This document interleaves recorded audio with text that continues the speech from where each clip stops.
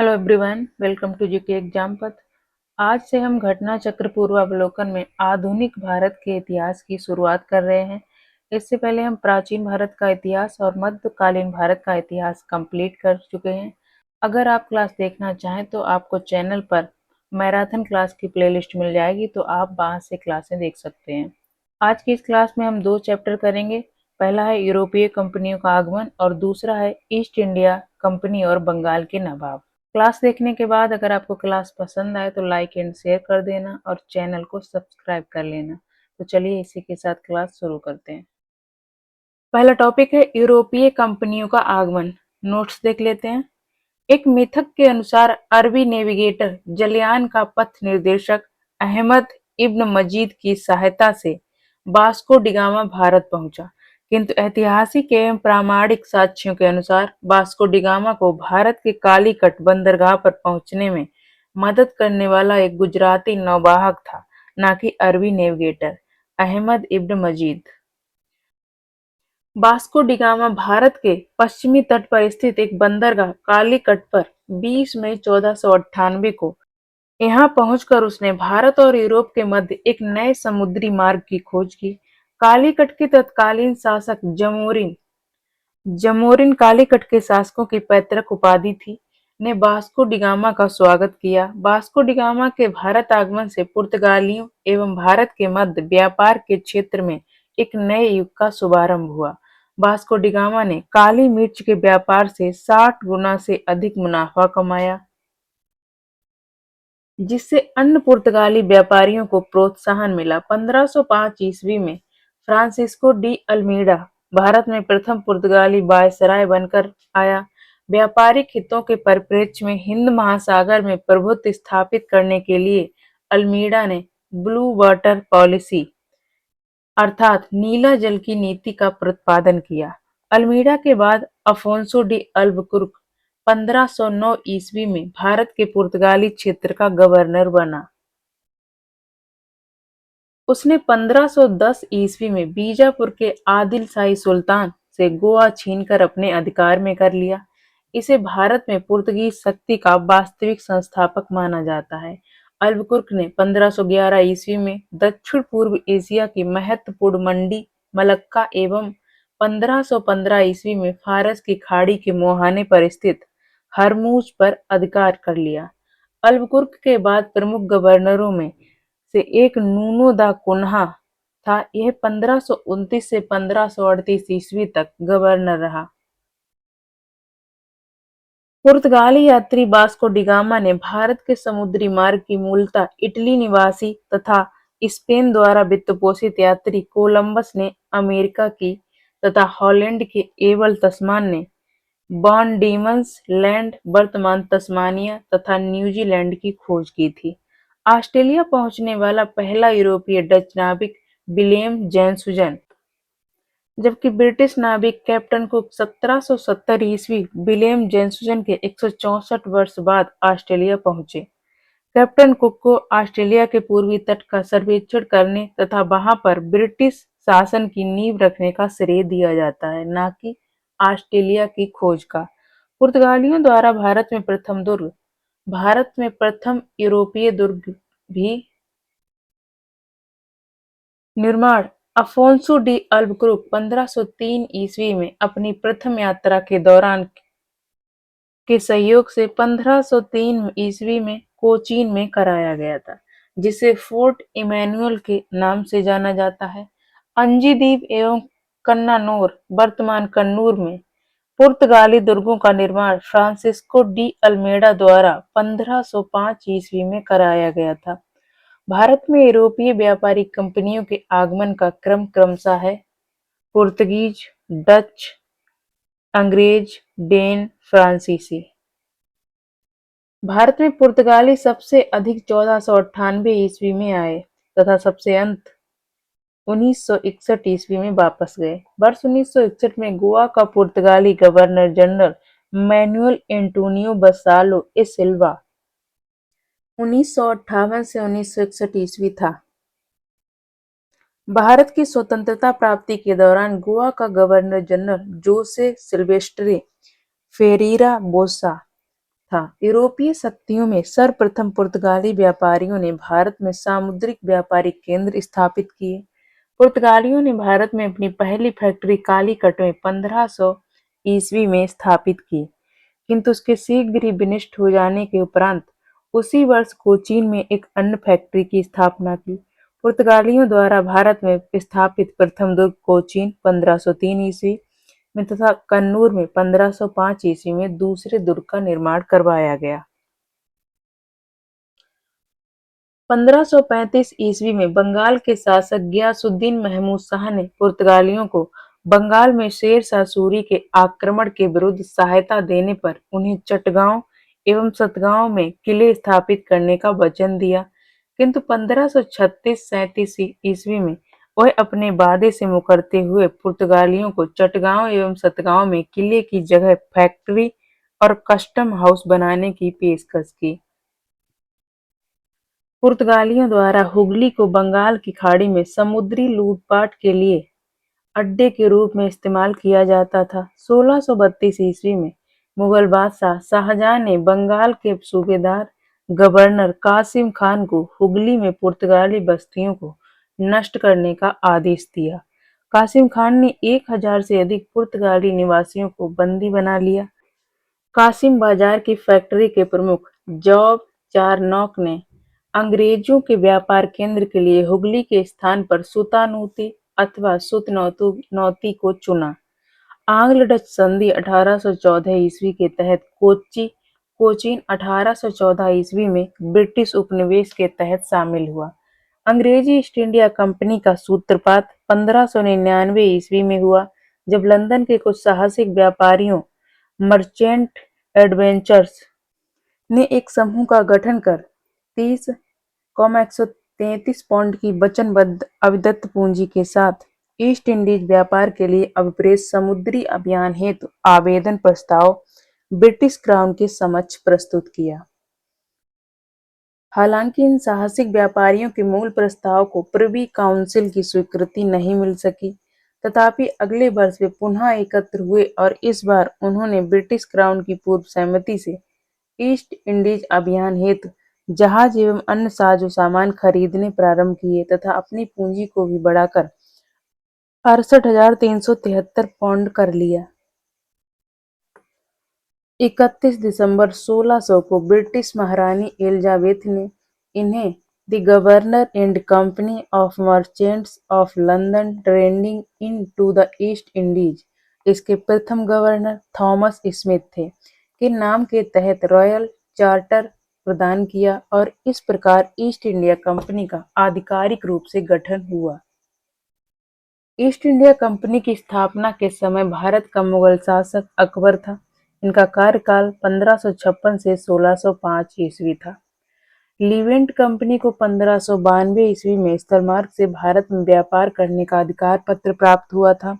जहांगीर के शासनकाल में इंग्लिश ईस्ट इंडिया कंपनी ने सर्वप्रथम 1611 ईस्वी में मूसलीपट्टनम या मछलीपट्टनम में एक अस्थायी कारखाना स्थापित किया था। 1613 ईस्वी में सूरत में स्थापित कारखाना अंग्रेजों का प्रथम स्थायी कारखाना था। सूरत में डचों द्वारा फैक्ट्री 1616 ईस्वी में, जबकि फ्रांसीसियों द्वारा 1668 ईस्वी में स्थापित की गई थी।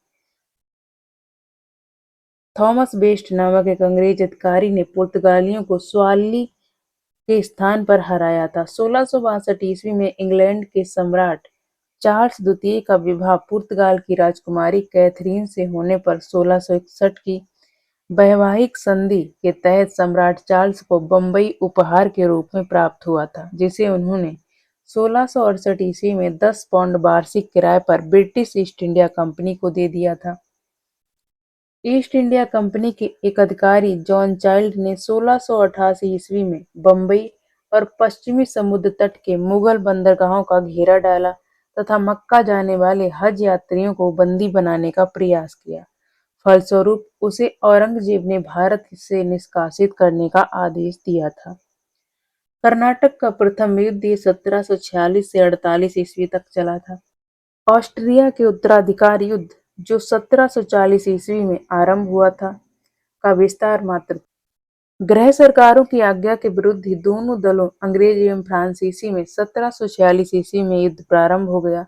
अंग्रेज कोमोडोर कार्टिस बर्नेट के नेतृत्व में अंग्रेजी नौसेना द्वारा कुछ फ्रांसीसी जहाजों पर अधिकार कर लेना युद्ध का तात्कालिक कारण था। प्रथम कर्नाटक युद्ध के समय ही कर्नाटक के नवाब अनवरुद्दीन ने महफूज खां के नेतृत्व में 10,000 की भारतीय सेना को फ्रांसीसियों पर आक्रमण करने के लिए भेजा। कैप्टन पैराडाइज के नेतृत्व में फ्रांसीसी सेना ने अड्यार नदी पर स्थित सेंट थॉमे नामक स्थान पर नवाब की सेना को पराजित किया। यूरोप में युद्ध बंद होते ही कर्नाटक का प्रथम युद्ध समाप्त हो गया। एक्स-ला-चापेल की संधि ट्रीटी ऑफ एक्स-ला-चापेल 1748 ईस्वी में हुई थी से ऑस्ट्रिया के उत्तराधिकार का युद्ध समाप्त हो गया तथा मद्रास अंग्रेजों को पुनः प्राप्त हो गया। डुप्ले ने पहली बार उन हथकंडों का प्रयोग किया जो भारत को जीतने के लिए अंग्रेजों के मार्गदर्शक बने। यह डुप्ले ही था जिसने पहली बार यूरोपीय सेना को भारतीय राजदरबारों में भारतीय व्यय पर नियुक्त करवाया तथा जिसने पहली बार यूरोपीय हितों के लिए भारतीय राजनीति में हस्तक्षेप किया। भारत में यूरोपियों को सुदृढ़ आधार देने का प्रयास लुई 14वें के मंत्री काल्वर्ट द्वारा 1664 ईस्वी में फ्रेंच ईस्ट इंडिया कंपनी की स्थापना हुई, जिसे फ्रांसीसी में कैपाजाइन फ्रेंकाइज और ले कॉमर्स देस इंदेस ओरिएंटलेस, अन्य नाम कैपेजाइन फ्रेंकाइज देस इंदेस ओरिएंटलेस या कैपेजाइन देस इंदेस ओरिएंटलस कहा गया है। फ्रांसीसी कंपनी का निर्माण राज्य द्वारा हुआ और राज्य इस कंपनी का सबसे बड़ा शेयरधारक था, इसलिए कंपनी का खर्च का एक बड़ा हिस्सा राज्य द्वारा वहन किया जाता था। 1667 ईस्वी में फ्रेंकोइस कैरो के नेतृत्व में एक अभियान दल भारत के लिए रवाना हुआ, जिसने 1668 ईस्वी में सूरत में अपने पहले व्यापारिक कारखाने की स्थापना की। फ्रांसीसी मार्करा द्वारा गोलकोंडा के सुल्तान से एक अधिकार पत्र प्राप्त कर 1669 ईस्वी में मसूलीपट्टनम में दूसरी फ्रांसीसी कोठी स्थापित की गई। डचों ने अपनी प्रथम फैक्ट्री की स्थापना मसूलीपट्टनम में की थी। डचों की बंगाल में पहली फैक्ट्री पीपली में 1627 ईस्वी में स्थापित हुई। 1676 ईस्वी में डचों ने पीपली स्थित कारखाने को छोड़ दिया और बालासोर में एक नया कारखाना बनाया। बंगाल में डचों का व्यापार सही ढंग से 1653 ईस्वी में शुरू हुआ, जब उन्होंने चिनसुरा में अपनी बस्ती स्थापित की। चिनसुरा के डच किले को गुस्ताबुस फोर्ट के नाम से जाना जाता था। यूरोपवासियों को सर्वोत्तम सोरा और अफीम बिहार से प्राप्त होता था। अंग्रेजी शासनकाल में बिहार अफीम उत्पादन हेतु प्रसिद्ध था। भारत में यूरोपीय शक्तियों के आगमन का क्रम इस प्रकार है: पुर्तगीज, डच, अंग्रेज, डेन, फ्रांसीसी। हम इनकी एक ट्रिक भी बना सकते हैं, जैसे PDEDF। PDEDF, पी से पुर्तगीज हो गया, डी से डच, ई से इंग्लिश अंग्रेज और डी से डेन और एफ से हो गए फ्रांसीसी। चलिए अब क्वेश्चन कर लेते हैं। और क्वेश्चन नंबर 1 है, वास्को डी गामा काली कट पर किस वर्ष में आया था? राइट आंसर होगा ऑप्शन बी 1498 AD। पुर्तगीज नाविक व खोजकर्ता वास्को डी गामा भारत के पश्चिमी तट पर स्थित बंदरगाह कालीकट पर 20 मई 1498 को पहुंचा। उसने यहाँ पहुंचकर भारत और यूरोप के मध्य एक नए समुद्री मार्ग की खोज की। कालीकट के तत्कालीन शासक जमोरिन कालीकट के शासकों की पैतृक उपाधि थी। वास्को डी गामा का स्वागत किया। पुर्तगाली व्यापारियों ने भारत में कालीकट, गोवा, दमन द्वीप एवं हुगली के बंदरगाहों में अपनी व्यापारिक कोठियां स्थापित की। 1505 ईस्वी में फ्रांसिस्को डी अल्मेडा भारत में प्रथम पुर्तगाली वायसराय बनकर आया। व्यापारिक हितों के परिप्रेक्ष्य में हिंद महासागर में प्रभुत्व स्थापित करने के लिए अल्मीडा ने ब्लू वाटर पॉलिसी अर्थात नीला जल की नीति का प्रतिपादन किया। भारत आने वाली यूरोपीय कंपनियों में पहले पुर्तगीज थे, जिन्होंने नए समुद्री मार्ग की खोज कर भारत के साथ व्यापारिक संबंध स्थापित किए। क्वेश्चन नंबर 2, निम्न में से कौन नीला जल योजना ब्लू वाटर नीति से संबंधित है? राइट आंसर होगा ऑप्शन ए डी अल्मेडा। ये पहला पुर्तगाली वायसराय है। ये 1505 में वायसराय बनकर भारत आया था। अल्बुकुर्क ये आया था 1509 में। क्वेश्चन नंबर 3, मध्यकाल में सर्वप्रथम भारत से व्यापार संबंध स्थापित करने वाले थे? राइट आंसर ऑप्शन डी पुर्तगाली थे। ये सबसे पहले भारत आए थे। और सबसे पहले आए थे पुर्तगाली, उसके बाद आए डच, उसके बाद आए अंग्रेज, और उसके बाद आए डेन, और उसके बाद आए फ्रांसीसी। Question number 4, Vasco da gamma Bharat कब आया था? राइट आंसर होगा ऑप्शन सी 1498 में। ये कालीकट में आया था और जमोरी ने इसका वेलकम किया था। क्वेश्चन नंबर 5, पुर्तगाली उपनिवेश का प्रथम वायसराय भारत में कौन हुआ? राइट आंसर होगा option C Francisco de Almeida. ये 1505 में वायसराय बनकर भारत आया था। क्वेश्चन नंबर 6, निम्नलिखित में से किसने वास्को डी गामा का कालीकट में स्वागत किया था? राइट आंसर होगा option C Zamorin. Question number 7, Vasco da Gama के संबंध में कौन सा कथन सही है? कथन 1 है, वास्को डी गामा की 1498 में भारत यात्रा के समय कालीकट का शासक जमोरिन सामथ्री था। पहला सही है। दूसरा, प्रथम यात्रा में वास्को डी गामा लगभग 1 साल तक भारत में रहा, तो दूसरा कथन है ये गलत। तीसरा कथन है, वास्को डी गामा ने पुनः 1501 में भारत की यात्रा की। ये 1501 में ये की थी, 1502 में पुनः यात्रा, तो तीसरा भी गलत हो गया। तो राइट आंसर होगा ऑप्शन डी केवल एक सही है। 20 मई 1498 को वास्को डी गामा कालीकट पहुंचा। उस समय कालीकट का शासक जमोरिन था। उसने वास्को डी गामा का स्वागत किया। वह लगभग 3 महीने तक भारत रहा और भारतीय वस्तुओं से लदे हुए जहाजों के साथ पुर्तगाल वापस लौट गया। वास्को डी गामा पुनः 1502 ईस्वी और 1524 ईस्वी में भारत आया था। क्वेश्चन नंबर 8, सूची 1 को सूची 2 से सुमेल कीजिए तथा नीचे दिए गए कूट से सही उत्तर चुनिए। सूची 1 में समुद्री यात्री है और सूची 2 देश। वास्को डी गामा ये था पुर्तगाली, ये 2 हो गए। क्रिस्टोफर कोलंबस ये हैं स्पेन के, इन्होंने अमेरिका की भी खोज की, तो ये हो गया 1।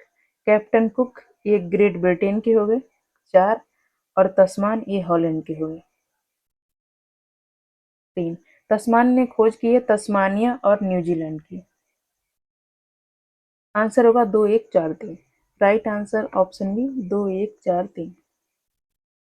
पुर्तगाली यात्री वास्को डी गामा ने भारत और यूरोप के मध्य समुद्री मार्ग की मूलतः इटली निवासी तथा स्पेन द्वारा वित्तपोषित यात्री कोलंबस ने अमेरिका की और हॉलैंड नीदरलैंड के एबल तस्मान ने वान डीमन्स लैंड वर्तमान तस्मानिया तथा न्यूजीलैंड की खोज की थी। कैप्टन कुक ग्रेट ब्रिटेन का निवासी था। ऑस्ट्रेलिया की खोज का श्रेय ऐतिहासिक रूप से डच नाविक विलियम जैन्सूजन को जाता है, जिन्होंने वर्तमान ऑस्ट्रेलिया के क्वींसलैंड प्रांत में 1606 ईस्वी में कदम रखा था, किंतु ब्रिटिश इतिहास में कैप्टन जेम्स कुक 1770 ईस्वी में ऑस्ट्रेलिया की भूमि पर कदम रखा था को अधिक महत्व इसलिए दिया जाता है क्योंकि इन्होंने ऑस्ट्रेलिया के पूर्वी तट का सर्वेक्षण कर ब्रिटेन के लिए दावा किया, जिससे ऑस्ट्रेलिया में उपनिवेशीकरण प्रारंभ हुआ। अतः कैप्टन कुक को ऑस्ट्रेलिया का खोजकर्ता नहीं कहा जा सकता। क्वेश्चन नंबर 9, निम्न का सही मिलान करें। अफोंसो डी अल्बुकुर्क ये संबंधित हैं 1510 में गोवा पर आधिपत्य, तो ये सही है, 4 हो गया। नूनो दा कोन्हा ये संबंधित हैं पुर्तगाली हेडक्वार्टर का कोचीन से गोवा बदला जाना, 1 हो गया। पेड्रो अल्वारेज काब्राल ये संबंधित हैं सितंबर 1500 में भारत आगमन, 2। और फ्रांसिस्को डी अल्मेडा ये संबंधित हैं ब्लू वाटर पॉलिसी, 3। तो आंसर होगा 4 1 2 3।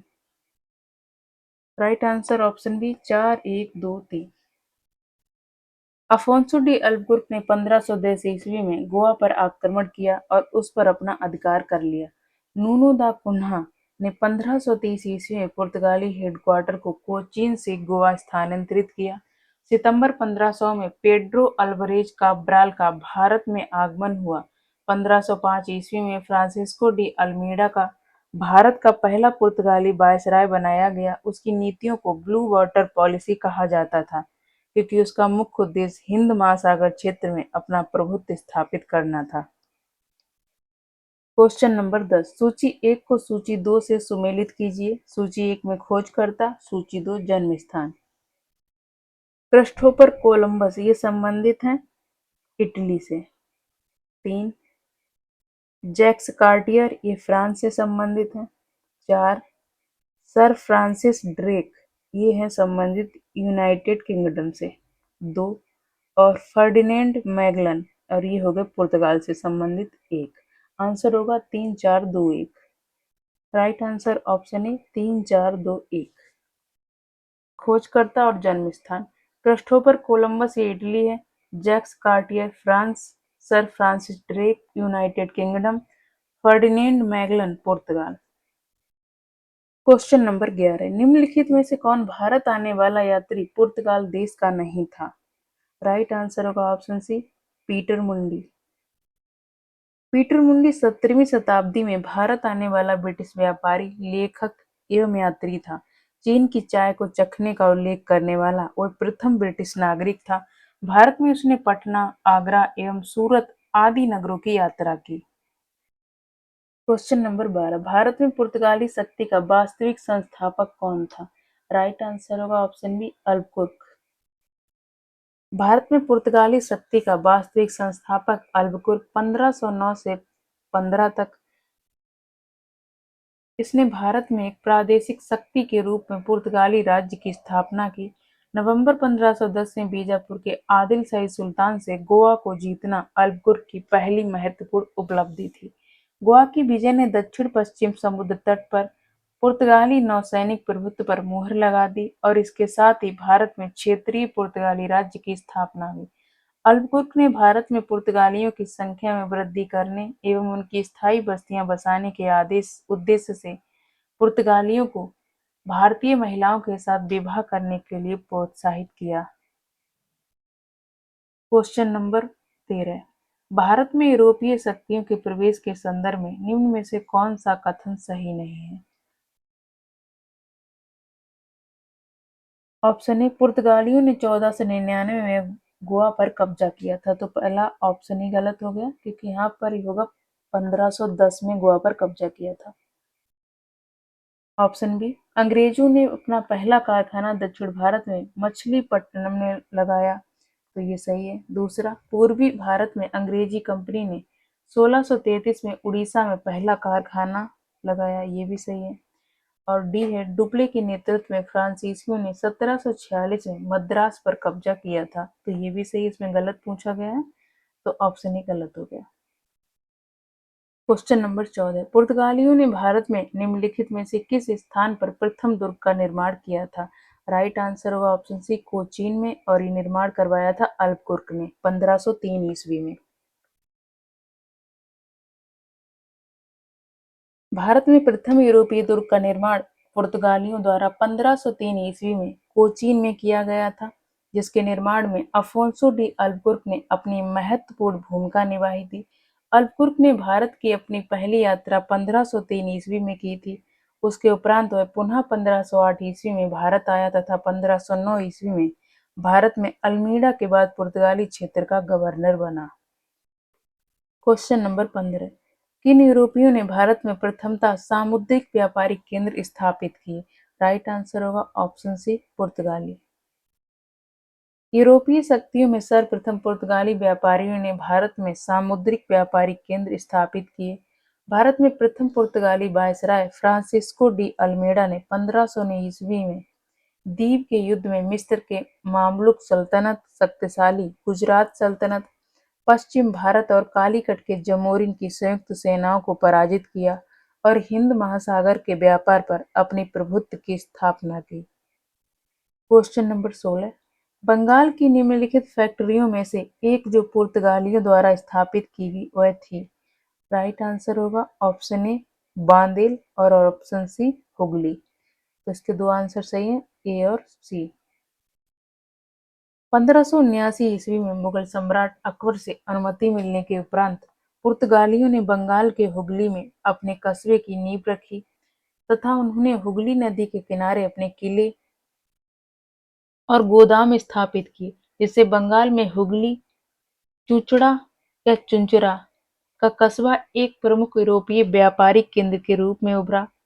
1599 ईस्वी में हुगली में पुर्तगाली बसावट अधिक होने पर पुर्तगाली का बांदेल वर्तमान पश्चिम बंगाल राज्य के हुगली जिले में स्थित क्षेत्र में आगमन हुआ, जहां उन्होंने एक चर्च भी स्थापित किया जिसे बांदेल चर्च, अन्य नाम बासिलिका ऑफ होली रोजरी के नाम से भी जाना जाता है। 1535 ईस्वी में बंगाल के शासक गयासुद्दीन महमूद शाह ने पुर्तगालियों को बंगाल में शेर शाह सूरी के आक्रमण के विरुद्ध सहायता देने के बदले सतगांव व चटगांव में अपने किले स्थापित करने का वचन दिया। किंतु 1536-37 ईस्वी में महमूद शाह ने अपने वादे से मुकरते हुए पुर्तगालियों को सतगांव एवं चटगांव में किले की जगह कस्टम हाउस और फैक्ट्री स्थापित करने की अनुमति दी। इसके बाद संपूर्ण बंगाल में अनेक पुर्तगाली बस्तियों की स्थापना की गई। चटगांव, जिसे पुर्तगाली महान बंदरगाह के रूप में अभिहित करते थे, उनके द्वारा प्रयुक्त किया जाता रहा, किंतु 16वीं सदी में सतगांव का पतन हो गया और उसका स्थान हुगली ने ले लिया। चिंसुरा में डचों ने गुस्ताबुस किले का निर्माण कराया था। श्रीरामपुर डेनिश का प्रमुख केंद्र था, अतः हुगली और हुगली के ही अंतर्गत आने वाला बांदिल दोनों ही पुर्तगाली व्यापार के प्रमुख केंद्र थे। क्वेश्चन नंबर 17, पौंडीचेरी वर्तमान पुडुचेरी के संदर्भ में निम्नलिखित कथनों पर विचार कीजिए। पहला कथन, पौंडीचेरी पर कब्जा करने वाली पहली यूरोपीय शक्ति पुर्तगाली थे, तो पहला कथन सही है। दूसरा कथन, पौंडीचेरी पर कब्जा करने वाली दूसरी यूरोपीय शक्ति फ्रांसीसी थी, तो ये गलत हो गया, यहाँ पे होगा डेन, तो दूसरा कथन गलत है। तीसरा, अंग्रेजों ने कभी पौंडीचेरी पर कब्जा नहीं किया, तो ये भी गलत है। अंग्रेजों ने 1793 में पौंडीचेरी पर कब्जा किया था, तो सही पूछा गया, तो ऑप्शन ए सही होगा, केवल एक सही। पौंडीचेरी वर्तमान पुडुचेरी में सर्वप्रथम पुर्तगालियों ने अपना उपनिवेश स्थापित किया था। पौंडीचेरी में इसके बाद डेन्स और डचों ने अपनी व्यापारिक कोठियां स्थापित की थी। यहाँ फ्रांसीसी चरण की शुरुआत 1673 ईस्वी से मानी जाती है। अंग्रेजों ने भी पौंडीचेरी पर 1793 ईस्वी में कब्जा कर लिया और फिर 1814 ईस्वी में हुई पेरिस की संधि के तहत इसे फ्रांस को सौंप दिया। इस प्रकार केवल कथन एक सही है।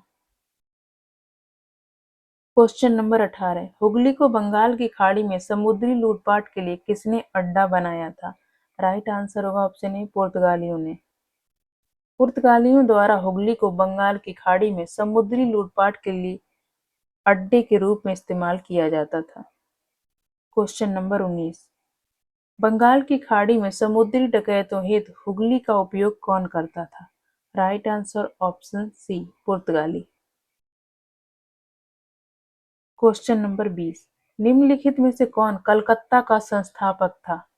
Right answer option B, Job Charnock. Kasimbazar की फैक्ट्री के प्रमुख जॉब चारनॉक ने अंग्रेजों के व्यापार केंद्र के लिए हुगली के स्थान पर सुतानुती अथवा सुतनौती को चुना। उसे ही कलकत्ता का संस्थापक माना जाता है। एक प्रचलित धारणा के अनुसार जॉब चारनॉक ने 3 गांव सुतानुती, कालीकाता और गोविंदपुर को मिलाकर कलकत्ता शहर की स्थापना की। हालांकि मई 2003 में दिए गए अपने निर्णय में कलकत्ता उच्च न्यायालय की एक खंडपीठ ने जॉब चारनॉक को कलकत्ता का संस्थापक न मानते हुए कहा कि कलकत्ता कालीकाता जॉब चारनॉक के आगमन से पूर्व अस्तित्व में था तथा इस आधार पर कलकत्ता की स्थापना दिवस 24 अगस्त 1690 फाउंडेशन डे भी नहीं माना जा सकता। क्वेश्चन नंबर 21, कलकत्ता किसने बसाया? राइट आंसर होगा option D, Job Charnock. Question number 22, निम्न में से किस स्थान पर भारत में प्रथम नगर निगम स्थापित हो गया था? तो ऑप्शन बी होगा सही आंसर, मद्रास। आधुनिक भारत में पहला नगर निगम 29 सितंबर 1688 को मद्रास के पूर्व प्रेसिडेंसी शहर में स्थापित किया गया था। इसे मद्रास नगर निगम के नाम से जाना जाता था। वर्तमान में इसे ग्रेटर चेन्नई नगर निगम के नाम से जाना जाता है। Question number 23। भारत के साथ व्यापार के लिए सर्वप्रथम संयुक्त पूंजी कंपनी किन लोगों ने आरंभ की थी? ये हो जाएंगी डच, ऑप्शन बी। भारत के साथ व्यापार के लिए सर्वप्रथम संयुक्त पूंजी कंपनी 1600 ईस्वी में लंदन में स्थापित अंग्रेजी east India company the governor and company of merchants of London trading into the East Indies थी। इसके बाद 1602 ईस्वी में डच हॉलैंड संसद द्वारा पारित प्रस्ताव से एक संयुक्त डच ईस्ट इंडिया कंपनी की स्थापना हुई। विकल्प में ब्रिटेन न होने के कारण विकल्प बी सही उत्तर होगा। Question number 24। निम्नलिखित कथनों में से कौन सा एक सही है? तो इस क्वेश्चन में कुछ गड़बड़ी है, तो हम इसका एक्सप्लेनेशन देख लेते हैं। डचों ने लगभग 1663 ईस्वी में पुर्तगालियों को पराजित कर कोच्चि पर अधिकार कर लिया। आगे चलकर लगभग 17 से 14 ईस्वी में कोचीन राज्य के राजा से अनुमति लेकर केरल के आधुनिक त्रिशूर जिले के चेट्टुआ या चौघट नामक स्थान एक किले का निर्माण किया, जिसे चेट्टुआ का किला कहा या फोर्ट विलियम के नाम से जाना जाता है। 1714 ईस्वी में कालीकट के जमोरिन द्वारा इस किले पर अधिकार हो जाने के उपरांत 1719 ईस्वी में डचों ने इस पर पुनः अधिकार कर लिया और किले का नाम फोर्ट विलियम रखा। अतः उपयुक्त प्रश्न में प्रस्तुत विकल्पों में से कोई भी विकल्प सही नहीं है। Question number 25। भारतीय इतिहास के संदर्भ में निम्नलिखित कथनों पर विचार कीजिए। पहला कथन, डच लोगों ने पूर्वी तटीय क्षेत्रों में गजपति शासकों द्वारा प्रदान की गई जमीनों पर अपनी फैक्ट्रियां गोदाम स्थापित किए। तो पहला कथन इसका गलत है। दूसरा, अफोंसो डी अल्बुकर्क ने बीजापुर सल्तनत से गोवा को छीन लिया था। तो ये सही है और ये छीना था 1510 में। तीसरा, अंग्रेजी ईस्ट इंडिया कंपनी ने मद्रास में विजयनगर साम्राज्य के एक प्रतिनिधि से पट्टे पर ली गई जमीन के एक प्लॉट पर फैक्ट्री स्थापित की थी। तो तीसरा कथन भी सही है। उपयुक्त कथनों में से कौन सही है? तो राइट आंसर होगा ऑप्शन बी, केवल 2 और 3 सही है। डचों ने भारत में अपनी पहली फैक्ट्री पूर्वी तट पर स्थित मसूलीपट्टनम, आंध्र प्रदेश में 17वीं शताब्दी में 1605 ईस्वी में स्थापित की थी, जबकि गजपत शासकों का शासन 16वीं शताब्दी में ही समाप्त हो गया था। अतः कथन एक गलत है। 1510 ईस्वी में अल्बुकर्क ने बीजापुर सल्तनत से गोवा छीन लिया था। अतः कथन 2 सही है। अंग्रेजी ईस्ट इंडिया कंपनी ने विजयनगर के नायक प्रतिनिधि से पट्टे पर जमीन लेकर मद्रास में एक फैक्ट्री की स्थापना की। अतः कथन 3 सही है। Question number 26। भारत में ईस्ट इंडिया कंपनी की सफलता का राज था। ऑप्शन ए, भारत में राष्ट्रीय भावना की कमी, ये सही है। ऑप्शन बी, कंपनी की सेना को पश्चिमी प्रशिक्षण मिला था तथा उनके पास आधुनिक हथियार थे। तो ये भी सही है। ऑप्शन सी, भारतीय सैनिकों में राष्ट्रीय भावना का अभाव था, जिसके फलस्वरूप कोई जो उन्हें अच्छा वेतन दे अपनी सेवा में लगा सकता था। ऑप्शन सी भी सही है। राइट आंसर होगा ऑप्शन डी, उपयुक्त तीनों सही है। उपयुक्त तीनों कारण भारत में उपयुक्त तीनों कारण भारत में ईस्ट इंडिया कंपनी की सफलता में सहायक थे। 31 दिसंबर 1600 को ब्रिटिश महारानी एलिजाबेथ के रॉयल चार्टर द्वारा ब्रिटिश ईस्ट इंडिया कंपनी अथवा the governor and company of merchants of London trading in to the East Indies की स्थापना की गई। Question number 27। निम्नलिखित ब्रिटिश कंपनियों में से किसे भारत में व्यापार करने का पहला अधिकार पत्र प्राप्त हुआ था? तो ये थी लीवेंट कंपनी। ऑप्शन ए सही है। लीवेंट कंपनी को 1592 ईस्वी में स्थल मार्ग से भारत में व्यापार करने का अधिकार पत्र प्राप्त हुआ था। 31 दिसंबर 1600 को महारानी एलिजाबेथ प्रथम ने the governor and company of merchants of London trading in to the East Indies को समुद्री मार्ग से ईस्ट इंडीज के साथ व्यापार करने का पहला अधिकार पत्र प्रदान किया था। 1698 ईस्वी में ब्रिटिश पार्लियामेंट के जनरल सोसाइटी एक्ट के तहत new company English company trading in the east का गठन किया गया तथा 1702 ईस्वी में ब्रिटिश क्राउन और संसद द्वारा दोनों कंपनियों के विलय की प्रक्रिया प्रारंभ की गई, जिसके तहत 1708 ईस्वी में दोनों कंपनियों को मिलाकर नया नाम united company of merchants of England trading to the East Indies कर दिया गया। ये कंपनी सामान्यतः ईस्ट इंडिया कंपनी के नाम से प्रसिद्ध हुई। क्वेश्चन नंबर 28, लंदन में ब्रिटिश ईस्ट इंडिया कंपनी के गठन के समय भारत का निम्नलिखित में से कौन बादशाह था? राइट आंसर होगा ऑप्शन ए अकबर। अकबर का जो शासनकाल था ये था 1556 से लेकर 1605 तक।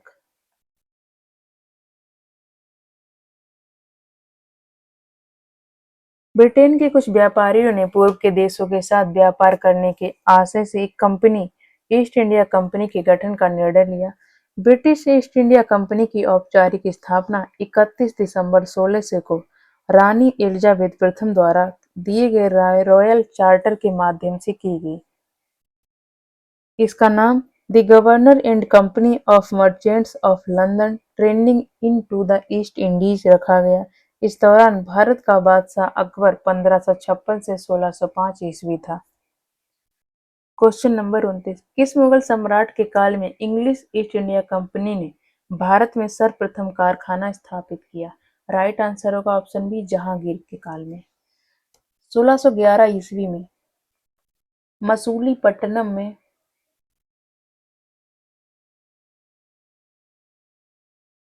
मसूलीपट्टनम में प्रथम अस्थायी कारखाना की स्थापना की गई थी और 1613 ईस्वी में सूरत में स्थायी कारखाने की स्थापना हुई थी। जहांगीर के शासनकाल में इंग्लिश ईस्ट इंडिया कंपनी ने सर्वप्रथम 1611 ईस्वी में मसूलीपट्टनम अथवा मछलीपट्टनम में एक अस्थायी कारखाना स्थापित किया। 1613 ईस्वी में सूरत में स्थापित कारखाना अंग्रेजों का प्रथम स्थायी कारखाना था। Question number 30, east India company की प्रथम फैक्ट्री स्थापित की गई थी? राइट आंसर ऑप्शन डी सूरत में। ये हुई थी 1613 में। क्वेश्चन नंबर 31, भारत में 1613 ईस्वी में अंग्रेजों ने अपनी पहली फैक्ट्री कहाँ स्थापित की थी? राइट आंसर होगा ऑप्शन डी सूरत। कैप्टन विलियम हॉकिंस 1608 ईस्वी में भारत आया तथा सूरत से मुगल दरबार अप्रैल 1609 में पहुंचा, किंतु सूरत में फैक्ट्री की स्थापना की अनुमति पाने में सफल नहीं हो सका। 1611 ईस्वी में पुर्तगालियों के विरोध के बावजूद कैप्टन मिडलटन सूरत के समीप स्वाली पहुंचा और मुगल गवर्नर से वहां व्यापार करने की अनुमति पाने में सफल हो गया, किंतु उसे वहां पुर्तगाली विरोध का सामना करना पड़ा, जिसके फलस्वरूप कैप्टन थॉमस वेस्ट ने पुर्तगालियों को 1612 ईस्वी में स्वाली नामक स्थान पर पराजित कर पुर्तगाली एकाधिकार की निरंतरता को भंग किया। तदुपरांत अंग्रेजों ने सूरत में 1613 ईस्वी में स्थायी रूप से एक फैक्ट्री स्थापित की। यहाँ से अंग्रेजों ने अपने व्यापार को देश के दूसरे भागों में फैलाया तथा आगे चलकर उन्होंने ही अहमदाबाद, बुरहानपुर, अजमेर तथा आगरा में भी सहयोगी फैक्ट्रियां स्थापित की। क्वेश्चन नंबर 32, निम्नलिखित में से किस अंग्रेज अधिकारी ने पुर्तगालियों को स्वाली के स्थान पर हराया था? राइट आंसर होगा option B Thomas West. Swally की लड़ाई हुई थी 1612 ईस्वी में। क्वेश्चन नंबर 33, कैप्टन हॉकिंस के संदर्भ में निम्नलिखित कथनों में से कौन सा सही है?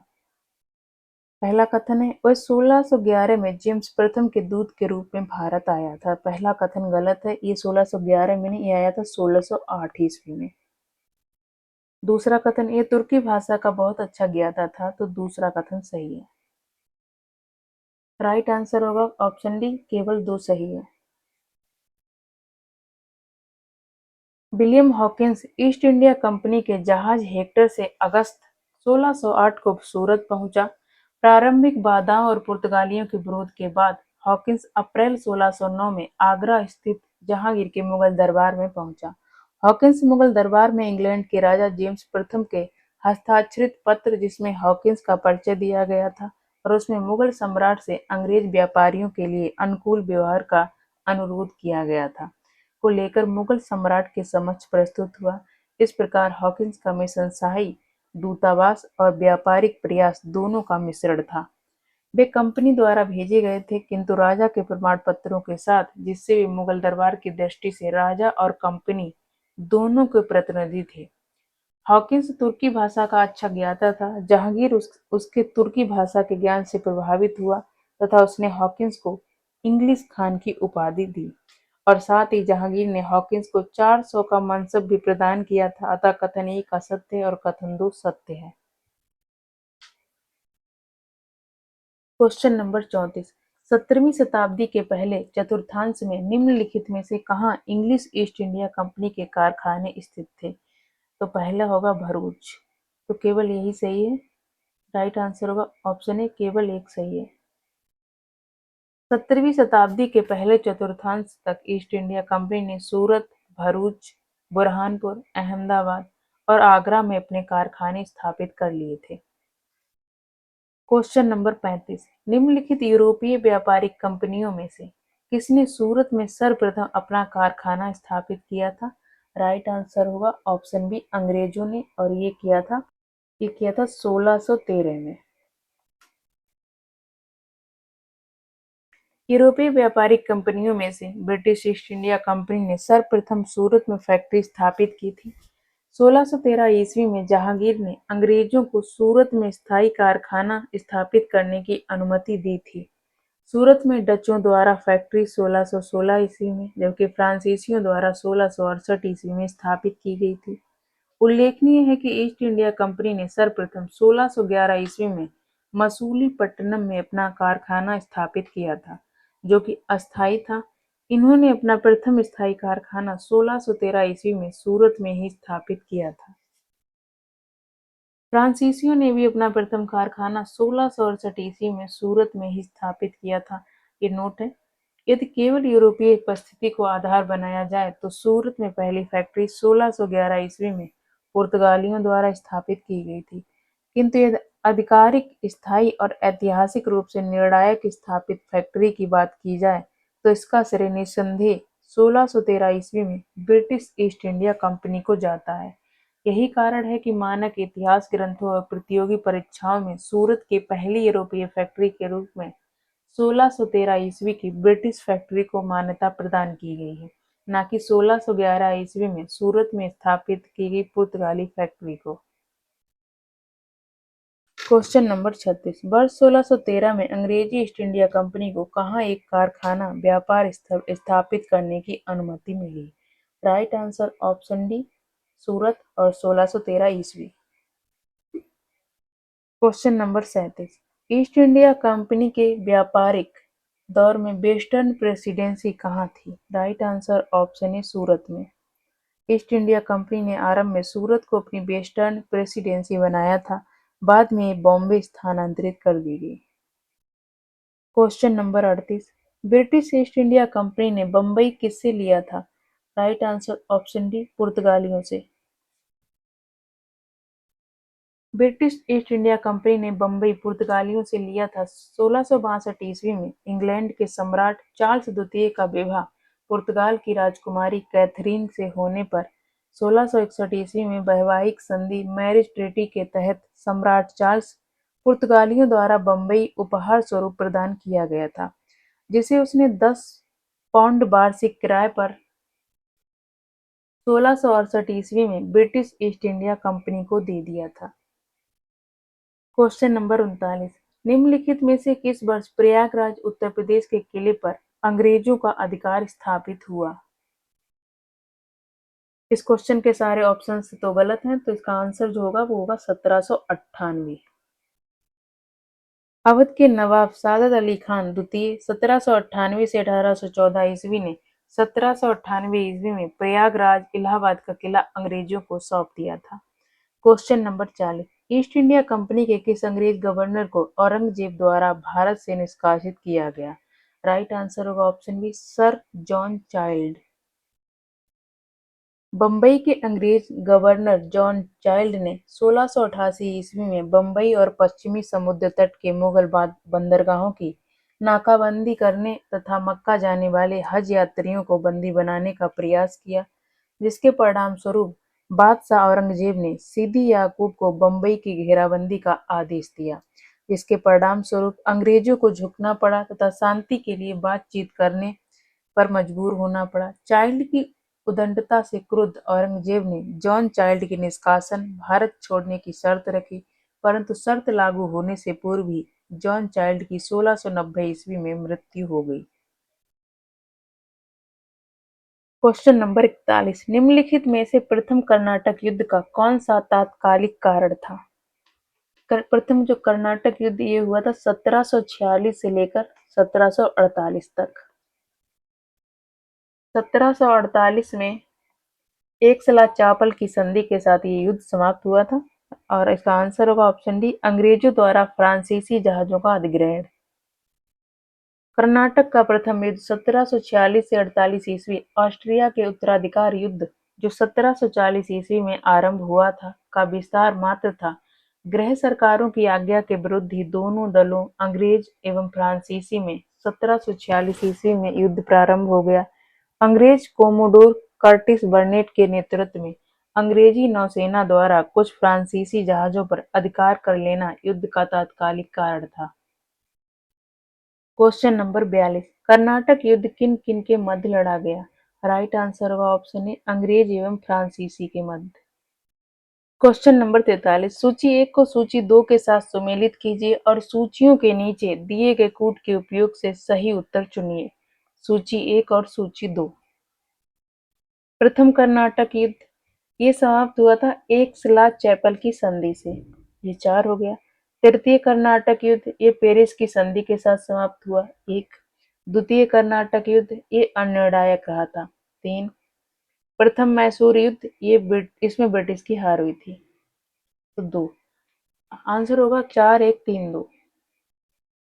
Right answer option C, 4, 1, 3, 2। सही सुमेलन इस प्रकार है, सूची 1 और सूची 2।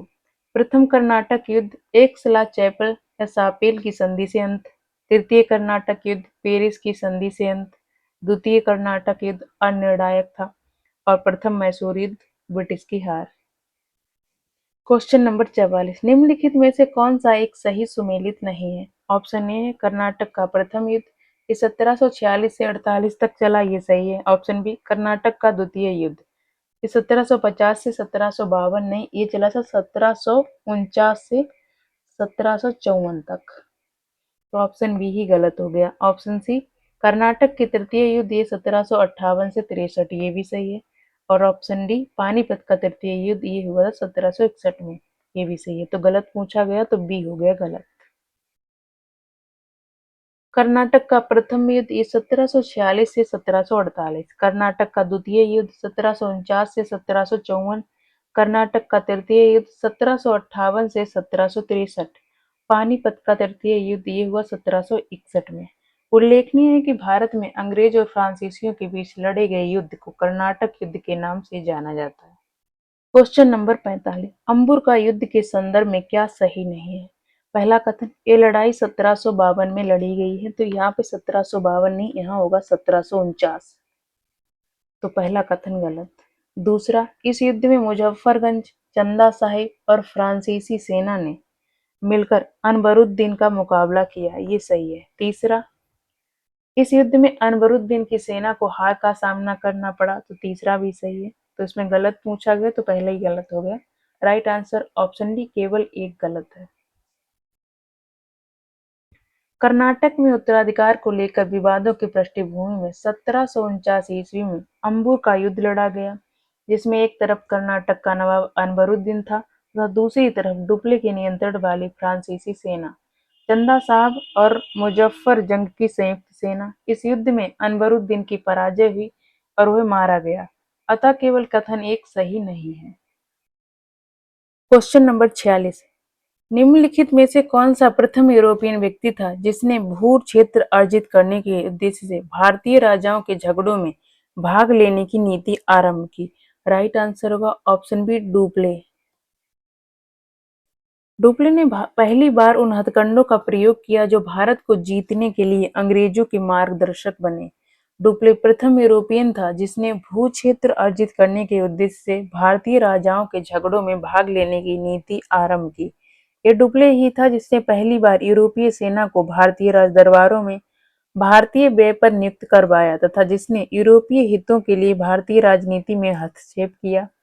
उसके बारे में जीवी महालेशन ने लिखा है कि उसकी योजनाओं का प्रभाव उसके जाने के पश्चात भी रहा।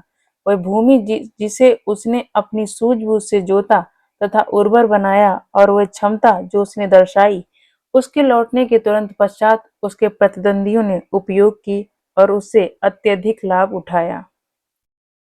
राइट आंसर होगा ऑप्शन ए सूरत में, और ये इसकी स्थापना की थी कारखाने की 1668 में। लुई चौदहवें के मंत्री काल्वर्ट द्वारा 1664 ईस्वी में फ्रेंच ईस्ट इंडिया कंपनी की स्थापना हुई, जिसे फ्रांसीसी में कंपेजिन फ्रेंकाइज पोर ले कॉमर्स देश इंदेश ओरिएंटलेस, अन्य नाम कैम्पेजिन कैपेजाइन इन फ्रेंकाइज देश इंदेश ओरिएंटलेस कैम्पेजाइन देश इंदेश ओरिएंटलेस कहा गया है। इस कंपनी में फ्रांसीसी सरकार कंपनी की सबसे बड़ी शेयरधारक थी, इसलिए कंपनी के खर्च का एक बड़ा हिस्सा राज्य द्वारा वहन किया जाता था। 1667 ईस्वी में फ्रांकोइस कैरो के नेतृत्व में एक अभियान दल भारत के लिए रवाना हुआ, जिसने 1668 ईस्वी में सूरत में अपने पहले व्यापारिक कारखाने की स्थापना की। क्वेश्चन नंबर 48, फ्रांसीसी ईस्ट इंडिया कंपनी संस्थापित हुई थी। राइट आंसर होगा ऑप्शन ए लुई 14वें के शासनकाल में 1664 में। क्वेश्चन नंबर 49, निम्नलिखित में से किसे भारत में फ्रांसीसी कंपनी का संस्थापक माना जाता है? Right answer option C Colbert. Question number 50, Bengal में निम्न में से कौन सा कारखाना डचों ने स्थापित किया था? राइट आंसर होगा ऑप्शन बी चिंसुरा और ऑप्शन सी हुगली। डचों की बंगाल में पहली कंपनी पीपली वर्तमान उड़ीसा राज्य में स्थित 1627 ईस्वी में स्थापित हुई। 1676 ईस्वी तक डचों ने पीपली में अपना कारखाना छोड़ दिया था और बालासोर में अपना नया कारखाना बना लिया था। डचों का बंगाल में सही ढंग से व्यापार 1653 ईस्वी में शुरू हुआ, जब उन्होंने चिंसुरा में अपनी बस्ती स्थापित कर ली थी। लगभग 1656 से 57 ईस्वी में डचों ने चिंसुरा में अपनी फैक्ट्री स्थापित की थी। डचों ने हुगली में भी अपनी फैक्ट्री की स्थापना की थी, क्योंकि एक विवरण के अनुसार लगभग 1600 ईस्वी में हुगली नदी में आई भीषण बाढ़ ने हुगली शहर में स्थित डच कारखाने फैक्ट्री को बहा दिया था। इससे स्पष्ट है कि डचों ने चिंसुरा और हुगली दोनों स्थानों में फैक्ट्रियां स्थापित की थी। 17वीं शताब्दी के समाप्त होने तक डच कंपनियां कासिम बाजार, पटना, ढाका, मालदा, बालासोर, बारंगोर, जुगदिया आदि स्थानों पर स्थापित हो चुकी थीं। क्वेश्चन नंबर 51, निम्न डच कारखानों को उनके स्थापना वर्ष के साथ मिलान करें। बिमलीपट्टम में स्थापना हुई थी ये 1641 में, 3 हो गया। कराईकल में स्थापना 1645 में हुई थी, 2। और कोचीन में हुई थी 1663 में स्थापना, 4। चिंसुरा में स्थापना हुई थी 1653 में, 1। आंसर होगा 3, 2, 4, 1। Right answer option B 3, 2, 4, 1। डचों द्वारा भारत में खोले गए कारखानों की स्थापना एवं वर्ष इस प्रकार है। स्थान और वर्ष: बिमलीपट्टम 1641, कराईकल 1645, कोचीन 1663, चिंसुरा 1653।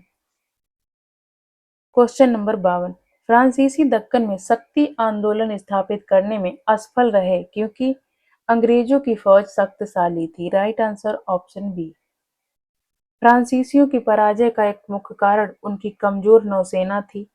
बाल्टेर के अनुसार ऑस्ट्रिया के उत्तराधिकार युद्ध के समय फ्रांस की जलशक्ति का इतना ह्रास हुआ कि सप्तवर्षीय युद्ध के समय उनके पास शायद ही कोई युद्धपोत बचा था। दूसरी ओर अंग्रेजों के पास एक शक्तिशाली नौसेना थी। क्वेश्चन नंबर 53, निम्न यूरोपीय शक्तियों ने भारतीय व्यापार में समय समय पर प्रवेश किया। निम्न कूट से उनके प्रवेश का सही तिथिक्रम निर्धारित कीजिए। तो सबसे पहले आए थे पुर्तगाली, उसके बाद आए डच, उसके बाद आए अंग्रेज, उसके बाद आए डेन और उसके बाद आए फ्रांसीसी। तो सबसे पहले पुर्तगाली 4, उसके बाद डच 2, उसके बाद अंग्रेज 1 और उसके बाद फ्रांसीसी तो 3। आंसर होगा 4 2 1 3। Right answer option B. Bharat में यूरोपीय शक्तियों के आगमन का क्रम इस प्रकार है: पुर्तगाली, डच, अंग्रेज, फ्रांसीसी।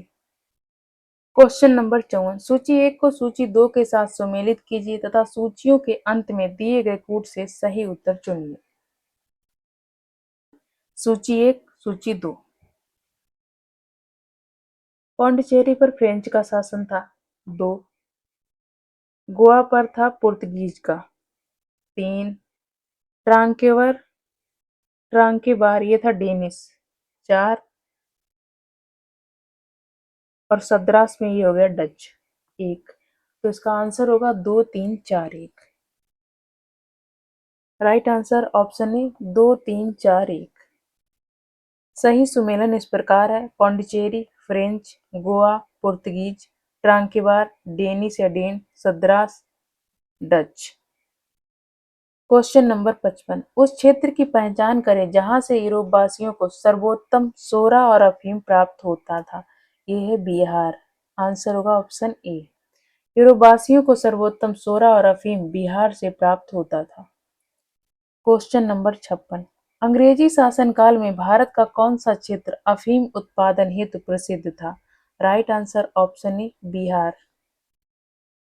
क्वेश्चन नंबर 57, भारत, चीन और इंग्लैंड के बीच त्रिकोणीय व्यापार का मुख्य आर्थिक आधार क्या था।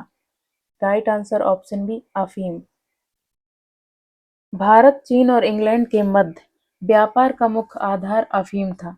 ब्रिटिश ईस्ट इंडिया कंपनी ने भारत के बंगाल और बिहार आदि क्षेत्रों में अफीम की खेती पर एकाधिकार स्थापित किया और भारतीय किसानों से जबरन खेती करवाई तथा चीन से व्यापार असंतुलन को दूर करने के लिए अफीम का चीन में निर्यात किया, क्योंकि ब्रिटेन को चीन से चाय, चीनी, मिट्टी के बर्तन और रेशम की अधिक आवश्यकता थी। अतः विकल्पानुसार अफीम भारत, चीन और इंग्लैंड के बीच व्यापार का मुख्य आर्थिक आधार था। क्वेश्चन नंबर 58, निम्नलिखित यूरोपियों में से कौन सा एक स्वतंत्रता पूर्व भारत में व्यापारी के रूप में सबसे अंत में आए। आंसर होगा ऑप्शन सी फ्रांसीसी। 15वीं-17वीं शताब्दी में यूरोप के अनेक राष्ट्रों के व्यापारी समय समय पर व्यापार के उद्देश्य से भारत में आए। इन यूरोपियों में सबसे पहले 1498 ईस्वी में पुर्तगाली, 1605 ईस्वी में डच, 1608 ईस्वी में अंग्रेज तथा 1667 ईस्वी में फ्रांसीसियों का आगमन हुआ। इस प्रकार उपयुक्त विकल्पों में भारत आने वाले व्यापारियों में सबसे अंत में फ्रांसीसियों का आगमन हुआ। क्वेश्चन नंबर 59, निम्नलिखित में से किन स्थानों पर डचों ने अपने व्यापारिक अड्डे स्थापित किए। ऑप्शन ए नागपट्टनम, चिंसुरा, मछलीपट्टनम ये सही है। ऑप्शन बी सूरत, भरूच, आगरा ये भी सही।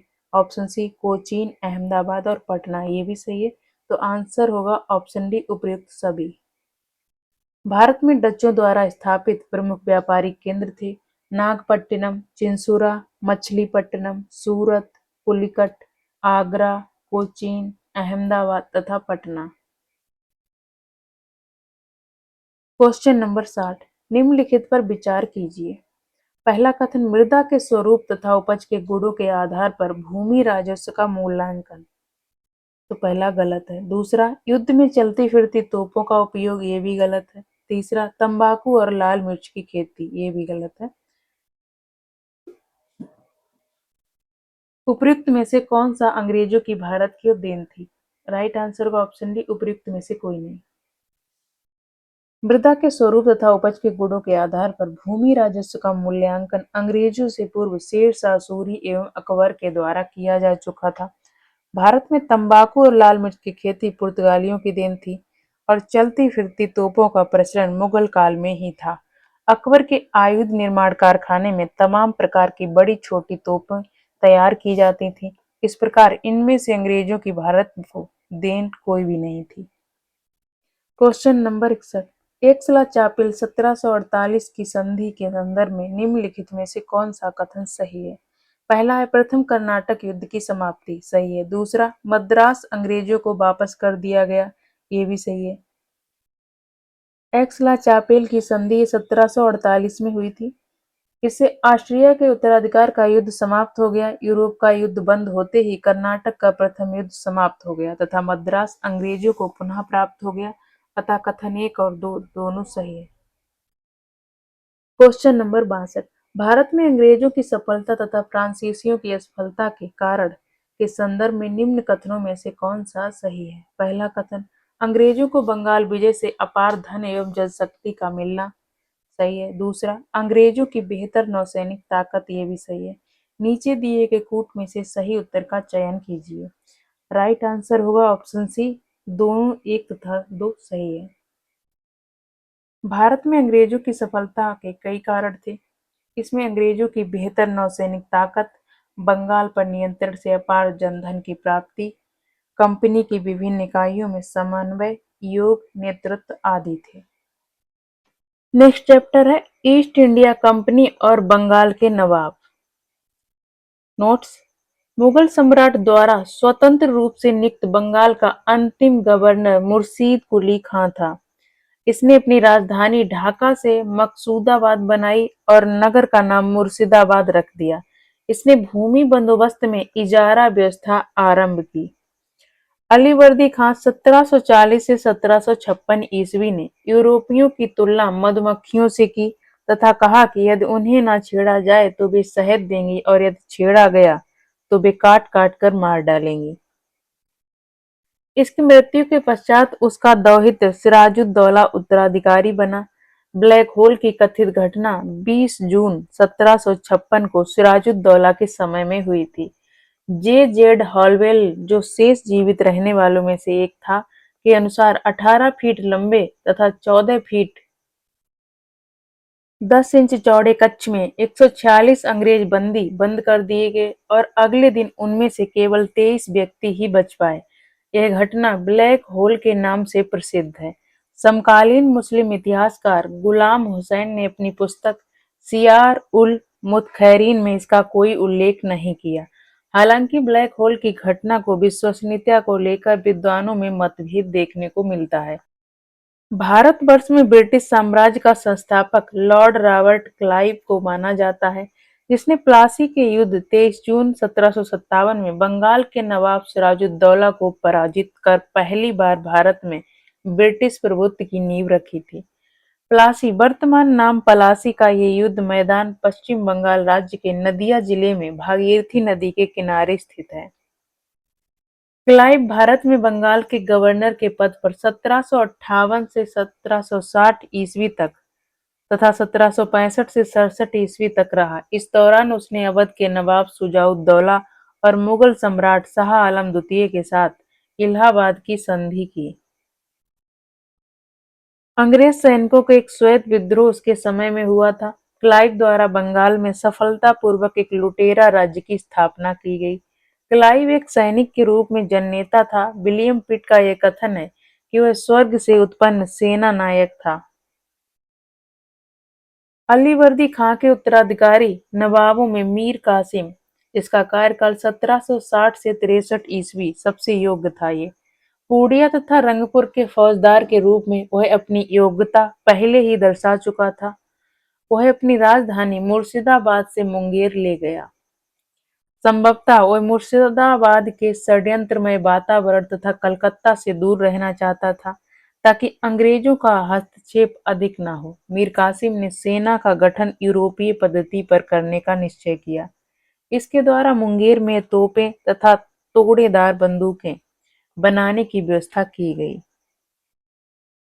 इसके अतिरिक्त मीर कासिम राज्य की आर्थिक स्थिति को भी सुधारने के लिए प्रयत्नशील रहा। जिन अधिकारियों ने गबन किया था उन पर बड़े बड़े जुर्माने लगाए गए तथा कुछ नए कर भी उसके द्वारा लगाए गए।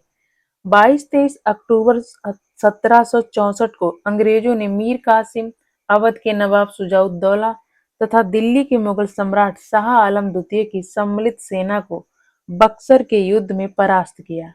इस युद्ध में अंग्रेजों की कमान मेजर हेक्टर मुनरो के हाथ में थी। इस युद्ध के समय बेनसीटाट बंगाल का गवर्नर था। इस युद्ध के परिणाम ने प्लासी के निर्णयों पर मुहर लगा दी तथा इस युद्ध के उपरांत अंग्रेज भारत की एक प्रमुख शक्ति के रूप में उभरे। इलाहाबाद तक प्रदेश अंग्रेजों के अधिकार में आ गया तथा दिल्ली विजय का मार्ग खुल गया। बक्सर का युद्ध भारतीय इतिहास में निर्णायक सिद्ध हुआ। बक्सर के युद्ध के समय बंगाल का नवाब मीर जाफर तथा दिल्ली का शासक शाह आलम द्वितीय था। इलाहाबाद की प्रथम संधि 12 अगस्त 1765 के तहत मुगल बादशाह शाह आलम द्वितीय ने कंपनी को बंगाल, बिहार और उड़ीसा की दीवानी स्थायी रूप से दे दी तथा इलाहाबाद की द्वितीय संधि 16 अगस्त 1765 के तहत अवध के नवाब शुजाउद्दौला ने इलाहाबाद और कड़ा के जिले मुगल बादशाह शाह आलम द्वितीय को देने का वादा किया। इस समय रॉबर्ट क्लाइव बंगाल का गवर्नर था। इसी समय बंगाल में द्वैत शासन की शुरुआत हुई। कंपनी ने दीवानी कार्य के लिए 2 उप दीवान बंगाल के लिए मोहम्मद रजा खां तथा बिहार के लिए सिताब राय की नियुक्ति की। रोहिल्ला सरदार गुलाम कादिर ने जुलाई 1788 में दिल्ली पर कब्जा किया और अगस्त 1788 को शाह आलम द्वितीय को अपदस्थ करके अंधा कर दिया। शाह आलम द्वितीय के समय में 1803 ईस्वी में दिल्ली पर ईस्ट इंडिया कंपनी का अधिकार हो गया। शाह आलम द्वितीय तथा उसके उत्तराधिकारी अकबर द्वितीय 1806 से 1837 ईस्वी और बहादुर शाह द्वितीय 1837 से 1857 ईस्वी ईस्ट इंडिया कंपनी के पेंशन भोगी मात्र बनकर रहे। 1765 ईस्वी में अंग्रेजों द्वारा सिलहट की दीवानी प्राप्त, उस समय सिलहट बंगाल प्रेसिडेंसी के अंतर्गत ही आता था, की गई तथा बर्मा युद्ध के बाद डेविड स्कॉट ने असम ब्रह्मपुत्र घाटी को सिलहट सुरमा घाटी से जोड़ने के लिए खासी और जयंतिया पहाड़ियों से मार्ग गुजारने की प्रक्रिया प्रारंभ कराई, जिसके विरोध स्वरूप इन पहाड़ियों पर रहने वाली खासी जनजाति के लोगों ने अपने नेता तीरथ सिंह के नेतृत्व में विद्रोह कर दिया था। के एम पन्नीकर ने कहा है कि 1757 से 1773 ईस्वी तक कंपनी ने बंगाल में डाकुओं का राज्य स्थापित कर दिया। चलिए अब क्वेश्चन कर लेते हैं। क्वेश्चन नंबर 1 है, निम्नलिखित में से कौन एक मुगल सम्राट द्वारा नियुक्त बंगाल का अंतिम गवर्नर था? राइट आंसर होगा ऑप्शन बी, मुर्शीद कुली खां। मुगल सम्राट फारुखसियर द्वारा 1717 ईस्वी में मुर्शीद कुली खान को बंगाल का गवर्नर सूबेदार नियुक्त किया गया। मुर्शीद कुली खान की मृत्यु 1727 ईस्वी में हो गई। 1727 ईस्वी में उसका दामाद शुजाउद्दीन बंगाल का सूबेदार बना, जिसे तत्कालीन मुगल सम्राट मोहम्मद शाह रंगीला द्वारा मान्यता प्रदान की गई। अतः मुगल सम्राट द्वारा नियुक्त बंगाल का अंतिम गवर्नर सूबेदार मुर्शीद कुली खान था। क्वेश्चन नंबर 2, मुगल बादशाह द्वारा नियुक्त बंगाल का अंतिम सूबेदार था। राइट आंसर होगा option A, Murshid Quli Khan. Question number 3, निम्नलिखित में से कौन सा युद्ध था जिसने भारत में ब्रिटिश प्रभुत्व को प्रारंभ किया? आंसर होगा ऑप्शन बी, प्लासी का युद्ध। ये हुआ था 1757 में।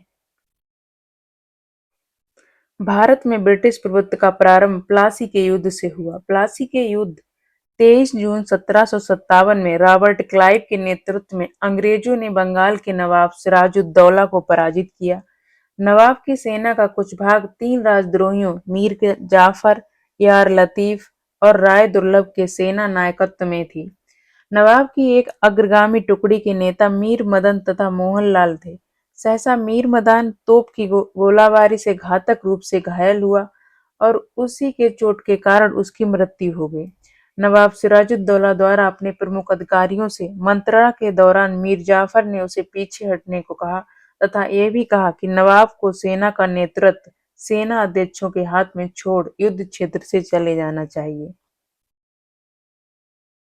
सिराजुद्दौला वापस मुर्शिदाबाद लौट गया, यही उसकी हार का एक प्रमुख कारण बना। प्लासी के युद्ध ने अंग्रेजों को तात्कालिक सैनिक एवं वाणिज्यिक लाभ प्रदान किए।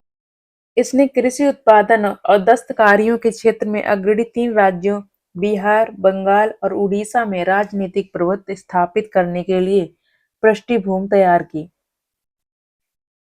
इस युद्ध ने वस्तुतः भारत में ब्रिटिश साम्राज्य की नींव डाली तथा इसे भारत में ब्रिटिश ईस्ट इंडिया कंपनी की पहली निर्णायक सफलता माना जाता है। जबकि सर्वाधिक निर्णायक युद्ध बक्सर का युद्ध जो 1764 ईस्वी में हुआ था, जिसने भारत में वास्तविक रूप से ब्रिटिश प्रभुसत्ता स्थापित की। क्वेश्चन नंबर 4, इंग्लैंड की ईस्ट इंडिया कंपनी की भारत में प्रथम निर्णायक सैन्य सफलता मानी जाती है। Right answer option B, Plassey का युद्ध। प्लासी का युद्ध ये हुआ था 1757 में, बक्सर का 1764 में, पानीपत का प्रथम युद्ध ये हुआ था 1526, दूसरा 1556 और तीसरा हुआ था 1761 में। हल्दी घाटी का युद्ध ये हुआ था 1576 में। क्वेश्चन नंबर 7, भारतवर्ष में ब्रिटिश साम्राज्य का संस्थापक कौन था? राइट आंसर होगा option C, lord Robert Clive. Bharatvarsh में ब्रिटिश साम्राज्य का संस्थापक लॉर्ड रॉबर्ट क्लाइव को माना जाता है, जिसने प्लासी के युद्ध 23 जून 1757 में बंगाल के नवाब सिराजुद्दौला को पराजित कर पहली बार भारत में ब्रिटिश प्रभुत्व की नींव रखी थी। क्वेश्चन नंबर 8, निम्नलिखित में से किसे स्वर्ग से उत्पन्न सेना नायक कहा गया है? आंसर होगा option B, Robert Clive. Clive एक सैनिक के रूप में जननेता था। विलियम पिट का यह कथन है कि वह स्वर्ग से उत्पन्न सेना नायक था। क्वेश्चन नंबर 9, प्लासी का युद्ध मैदान कहाँ स्थित है? आंसर होगा ऑप्शन डी, पश्चिम बंगाल में। प्लासी वर्तमान नाम पलासी का युद्ध मैदान पश्चिम बंगाल राज्य के नदिया जिले में भागीरथी नदी के किनारे स्थित है। क्वेश्चन नंबर 10, निम्न में से किसने अपनी राजधानी मुर्शिदाबाद से मुंगेर स्थानांतरित की? Right answer option D, Mir Qasim. Mir Qasim अपनी राजधानी मुर्शिदाबाद से मुंगेर ले गया। संभवतः वह मुर्शिदाबाद के षड्यंत्रमय वातावरण तथा कलकत्ता से दूर रहना चाहता था, ताकि अंग्रेजों का हस्तक्षेप अधिक न हो। क्वेश्चन नंबर 11, सबसे अधिक निर्णायक युद्ध जिसने अंग्रेजों के भारत में प्रभुत्व को संस्थापित किया था? राइट आंसर ऑप्शन ए, बक्सर का युद्ध ये हुआ था 1764 में। पानीपत का युद्ध ये हुआ 1760 में, प्लासी 1757 और तीसरा युद्ध ये पानीपत का ये हुआ था 1761।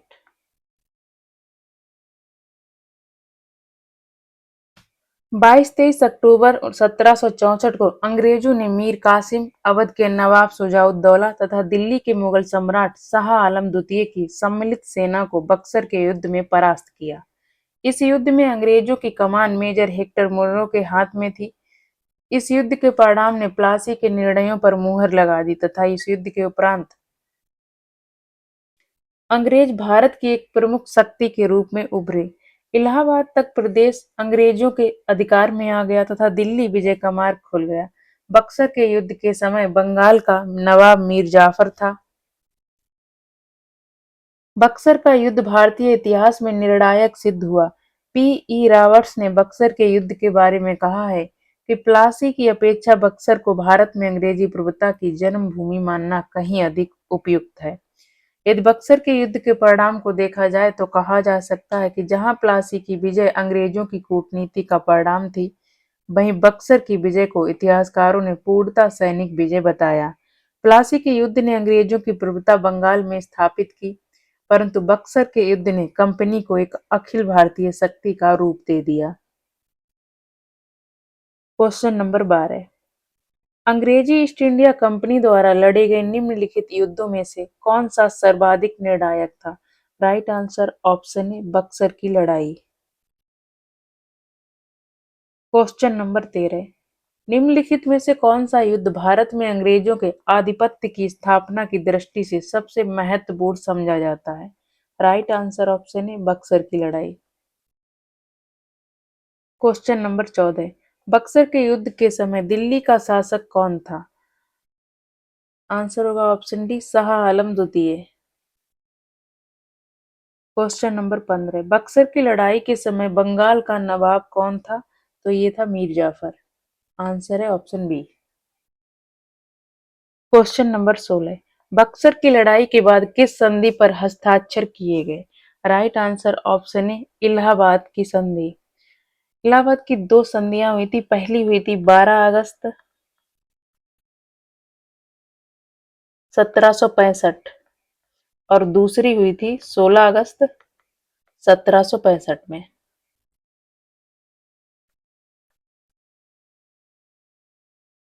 बक्सर की लड़ाई अक्टूबर 1764 मीर कासिम, अवध के नवाब शुजाउद्दौला एवं मुगल सम्राट शाह आलम द्वितीय की संयुक्त सेना तथा अंग्रेजों के मध्य हुई। युद्ध में अंग्रेज विजयी रहे।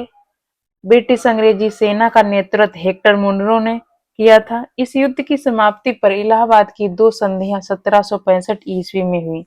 इलाहाबाद की प्रथम संधि क्लाइव तथा मुगल सम्राट शाह आलम द्वितीय के मध्य हुई थी, जबकि इलाहाबाद की द्वितीय संधि क्लाइव तथा अवध के नवाब शुजाउद्दौला के मध्य हुई थी। क्वेश्चन नंबर 17, निम्नलिखित में से जिस एक शासक ने ईस्ट इंडिया कंपनी को दीवानी प्रदान की थी वह था? Right answer option C, Shah Alam द्वितीय।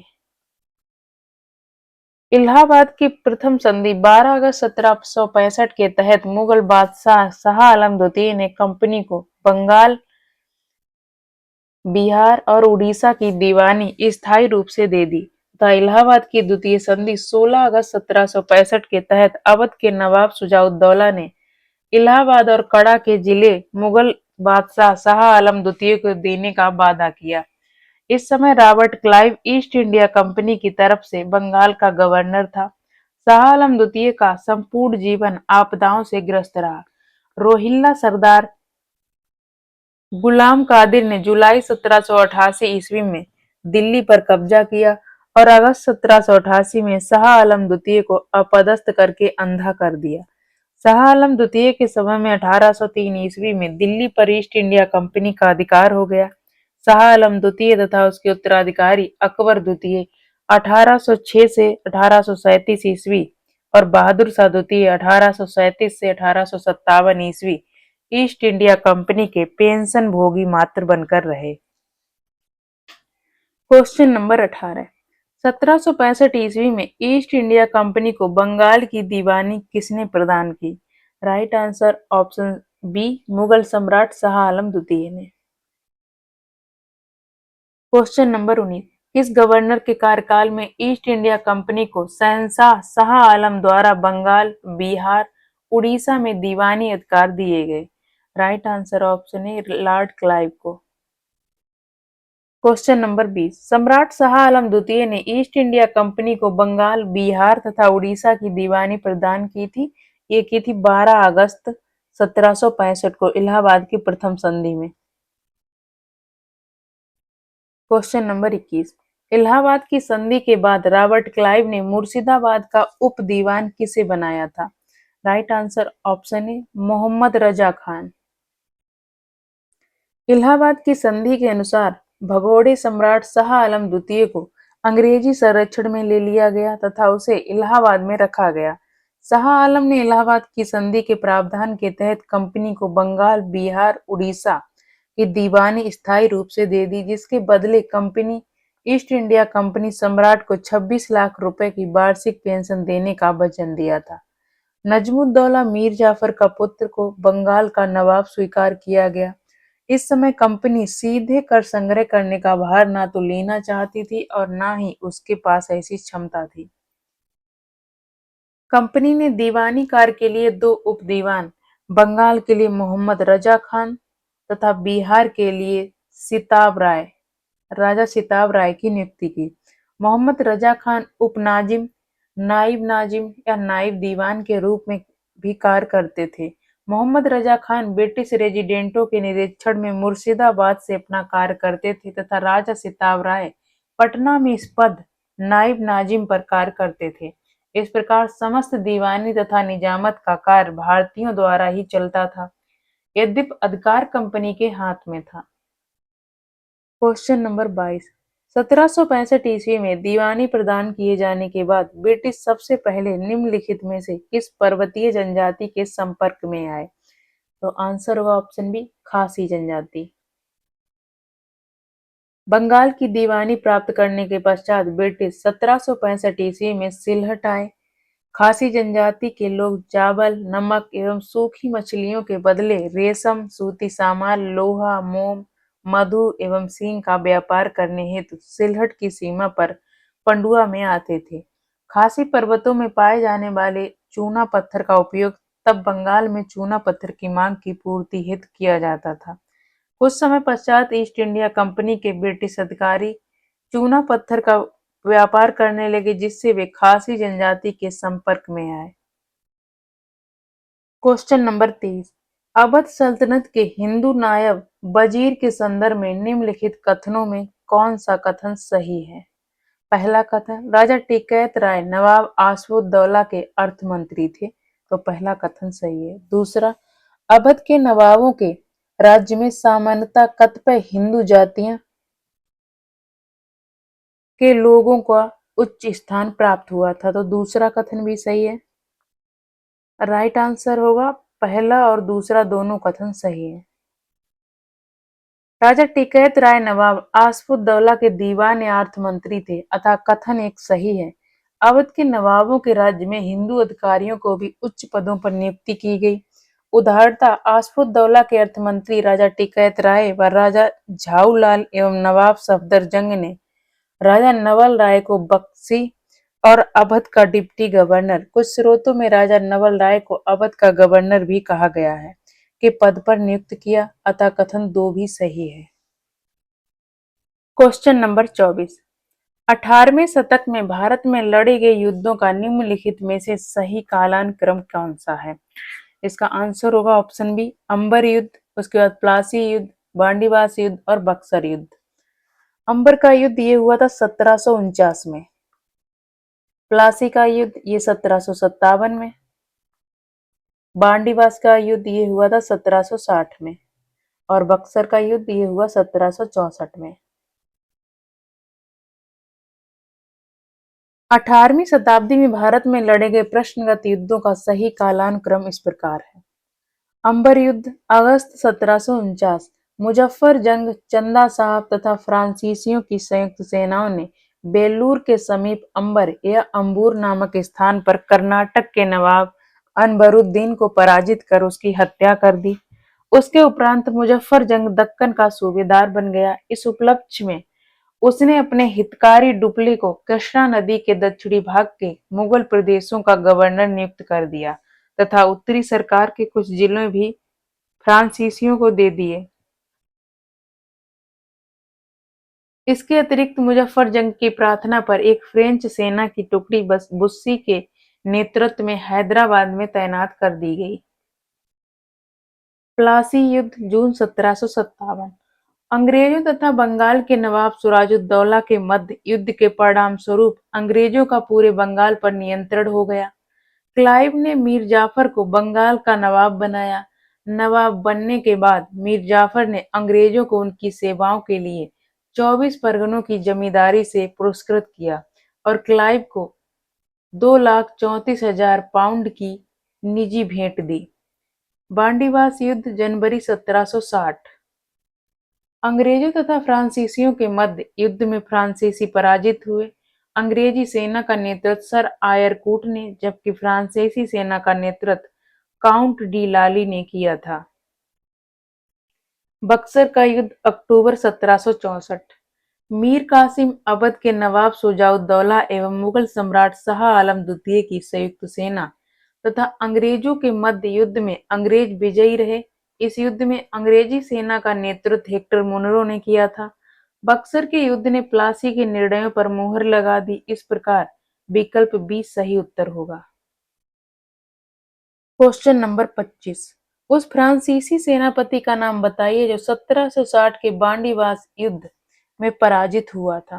Right answer option A, Count Lally, और अंग्रेजों की तरफ से इसका नेतृत्व किया था वो थे आयरकूट। Question number 26। बांडीवास का युद्ध 1760 में ब्रिटिश ने फ्रेंच को हराया।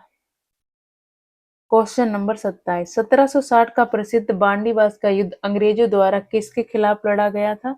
ये लड़ा गया था फ्रांसीसी के खिलाफ।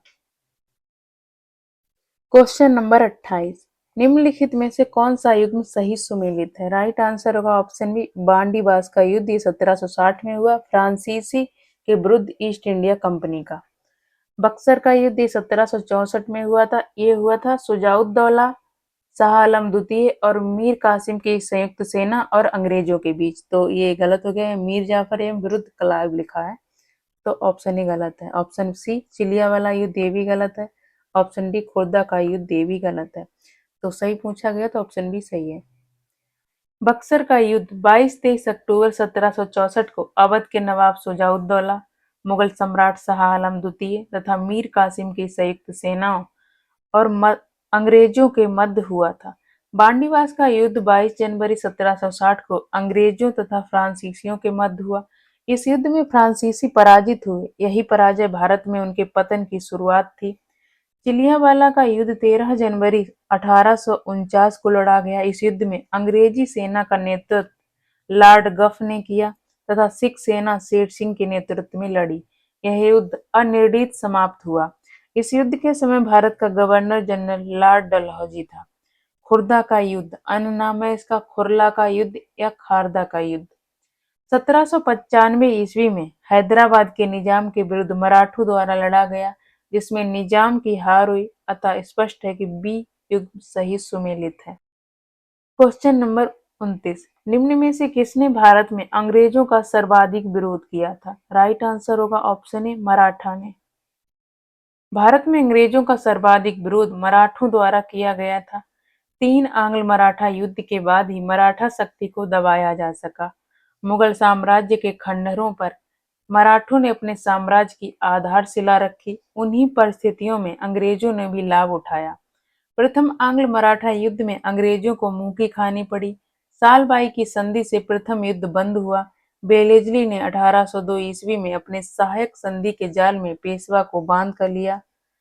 1818 ईस्वी में लॉर्ड हेस्टिंग ने मराठों की रही सही शक्ति को समाप्त कर ब्रिटिश सर्वोच्चता की स्थापना की। अगला चैप्टर है क्षेत्रीय राज्य पंजाब एवं मैसूर। नोट्स हैं, रणजीत सिंह का जन्म 13 नवंबर 1780 को सुकरचकिया मिसल के मुखिया महासिंह के घर हुआ था। महाराजा रणजीत सिंह और अंग्रेजों के बीच 25 अप्रैल 1809 को अमृतसर की संधि हुई। उसने 1818 ईस्वी में मुल्तान, 1819 ईस्वी में कश्मीर और 1834 ईस्वी में पेशावर और खैबर पख्तूनवा को जीत लिया। 1798 ईस्वी में अफगानिस्तान के शासक जमान शाह ने पंजाब पर आक्रमण किया। वापस जाते समय उसकी तोपें झेलम नदी, कुछ स्रोतों में चिनाब नदी का भी उल्लेख मिलता है, किंतु बहुत से आधिकारिक स्रोत और इतिहास की पुस्तकें झेलम नदी को ही सही मानती हैं में गिर गई थी। रणजीत सिंह ने उन्हें निकलवाकर वापस भिजवा दिया। 1799 ईस्वी में रणजीत सिंह ने लाहौर पर अधिकार कर लिया तथा उसे अपनी राजधानी बनाई। जमान शाह ने रणजीत सिंह को तोपें पहुंचाने तथा उनकी सेवा के बदले उन्हें राजा की उपाधि दी और लाहौर का अपना सूबेदार मान लिया। रणजीत सिंह ने 1802 ईस्वी में अमृतसर को भंगी मिसल से छीन लिया। तत्पश्चात पंजाब की राजनीतिक राजधानी लाहौर और धार्मिक राजधानी अमृतसर दोनों ही उसके अधीन आ गईं। रणजीत सिंह एक योग्य शासक थे। उन्होंने कहा था कि ईश्वर की इच्छा थी कि मैं सब धर्मों को एक निगाह से देखूं, इसलिए उसने दूसरी आंख की रोशनी ले ली। अहमद शाह अब्दाली के वंशज शाह शुजा ने रणजीत सिंह को कोहिनूर हीरा प्रदान किया था। 1839 ईस्वी में रणजीत सिंह की मृत्यु के बाद उनका पुत्र खड़क सिंह सिंहासन पर बैठा। इसे अफीम खाने की आदत थी। इसके शासनकाल के दौरान दरबार में दो विरोधी दलों को संधाबालिया सरदार अतर सिंह, चेत सिंह बाजवा के सहयोगी थे। लहना सिंह तथा उनके भतीजे अजीत सिंह और बंधु ध्यान सिंह, गुलाब सिंह तथा सचेत सिंह, ध्यान सिंह, गुलाब सिंह तथा सुचेत सिंह की प्रतिद्वंद्विता के कारण पंजाब में अराजकता फैल गई। चिलियावाला का युद्ध 13 जनवरी 1849 को लड़ा गया। इस युद्ध में अंग्रेजी सेना का नेतृत्व लॉर्ड गफ ने किया तथा सिख सेना शेर सिंह के नेतृत्व में लड़ी। यह युद्ध अनिर्णीत समाप्त हुआ। इस युद्ध के समय भारत का गवर्नर जनरल लॉर्ड डलहौजी था। महाराजा दलीप सिंह सिख साम्राज्य के अंतिम शासक थे। उन्होंने 1843 से 1849 ईस्वी तक शासन किया। दलीप सिंह ने सिख धर्म छोड़कर 1853 ईस्वी में ईसाई धर्म को अपनाया तथा 1886 ईस्वी में उन्होंने पुनः सिख धर्म को स्वीकार कर लिया। इन्होंने रूस की यात्रा भी की थी। इनका निधन अक्टूबर 1893 में पेरिस, फ्रांस में हो गया था। इनकी अंत्येष्टि इंग्लैंड में हुई थी। 1849 ईस्वी में द्वितीय आंग्ल सिख युद्ध की समाप्ति पर अंग्रेजों द्वारा पंजाब का विलय कर लिया गया तथा दलीप सिंह को पेंशन देकर 1854 ईस्वी में ब्रिटेन भेज दिया गया। पंजाब के ब्रिटिश साम्राज्य में विलय के बाद लॉर्ड डलहौजी ने 1849 ईस्वी में पंजाब पर शासन करने के लिए 3 लोगों की एक परिषद का गठन किया था, जिसमें सर हेनरी लॉरेंस को अध्यक्ष तथा जॉन लॉरेंस तथा चार्ल्स ग्रेनविले मानसेल को सदस्य के रूप में नियुक्त किया गया था। प्रथम आंग्ल मैसूर युद्ध ये हुआ था 1767 से 1769 ईस्वी में। इस युद्ध में हैदर अली विजयी हुआ। इस दौरान बंगाल का अंग्रेज गवर्नर बेरलिस्ट था। युद्ध अप्रैल 1769 को मद्रास की संधि द्वारा समाप्त हुआ। द्वितीय आंग्ल मैसूर युद्ध 1780 से 1784 ईस्वी तक चला। के दौरान हैदर अली ने निजाम तथा मराठों के साथ मिलकर अंग्रेजों के विरुद्ध एक मोर्चा बनाया। जुलाई 1780 में हैदर अली ने कर्नाटक पर आक्रमण कर दिया तथा 10 सितंबर 1780 पोलिलूर या पुलालूर अन्य नाम पेरम्बकम के युद्ध में कर्नल बेली को हैदर अली और टीपू की संयुक्त सेनाओं ने पराजित किया। इस युद्ध में सैन्य कमान टीपू के हाथों में थी। बेली की पराजय का समाचार सुनकर हेक्टर मुनरो, जो बेली की सहायता के लिए आ रहा था, मद्रास वापस लौट गया। 1781 ईस्वी में हैदर अली का सामना अंग्रेज जनरल आयरकूट से हुआ, जिसने पोर्टो नोवो 1 जुलाई 1781 पोलिलूर तथा सोलिंगपुर में हैदर अली को परास्त किया। पोलिलूर के युद्ध का परिणाम पूर्णतः अंग्रेजों के पक्ष में नहीं रहा, किंतु इस युद्ध में हैदर अली की सेना को भारी क्षत उठानी पड़ी थी। 7 दिसंबर 1782 ईस्वी में हैदर अली की मृत्यु के बाद टीपू सुल्तान ने अंग्रेजों के विरुद्ध संघर्ष जारी रखा तथा अंततः मंगलौर की संधि मार्च 1784 से द्वितीय आंग्ल मैसूर युद्ध का समापन हुआ। टीपू सुल्तान ने श्रीरंगपट्टनम को अपनी राजधानी बनाई। श्रीरंगपट्टनम में फ्रांसीसी अधिकारियों ने जैकोबिन क्लब की स्थापना की। यह क्लब फ्रांस के जैकोबिन क्लब की एक शाखा थी तथा टीपू सुल्तान ने इस क्लब का समर्थन किया और कथित तौर पर उसका सदस्य भी बना। टीपू ने अपनी राजधानी में फ्रांस और मैसूर की मैत्री का प्रतीक स्वतंत्रता का वृक्ष रोपा। टीपू सुल्तान ने अपने समकालीन विदेशी राज्यों से मैत्री संबंध बनाने तथा अंग्रेजों के विरुद्ध उनकी सहायता प्राप्त करने के लिए ईरान, कुस्तुनतुनिया, आधुनिक इस्तांबुल, अफगानिस्तान और फ्रांस आदि को दूत मंडल भेजे और आधुनिक रीति पर दूतावासों की स्थापना की। तृतीय आंग्ल मैसूर युद्ध ये हुआ 1790 से 1792 ईस्वी। इसका अंत श्रीरंगपट्टनम की संधि मार्च 1792 द्वारा हुआ। श्रीरंगपट्टनम की संधि 1792 ईस्वी में टीपू सुल्तान और मित्र शक्तियों British East India company, Hyderabad का निजाम तथा मराठा पक्ष के बीच हुई। इस संधि में ब्रिटिश पक्ष का नेतृत्व कॉर्नवालिस के द्वारा किया गया था। टीपू सुल्तान चतुर्थ आंग्ल मैसूर युद्ध 1799 ईस्वी के दौरान अंग्रेजों से लड़ते हुए मारे गए। इसके कुल के सदस्यों को वेल्लोर में कैद कर लिया गया। इस युद्ध के समय अंग्रेजी सेना को आर्थर बेलेजली, बंगाल के गवर्नर जनरल लॉर्ड बेलेजली 1798-1805 ईस्वी का भाई और स्टुअर्ट जैसे योग्य सेनापतियों ने अपना नेतृत्व प्रदान किया।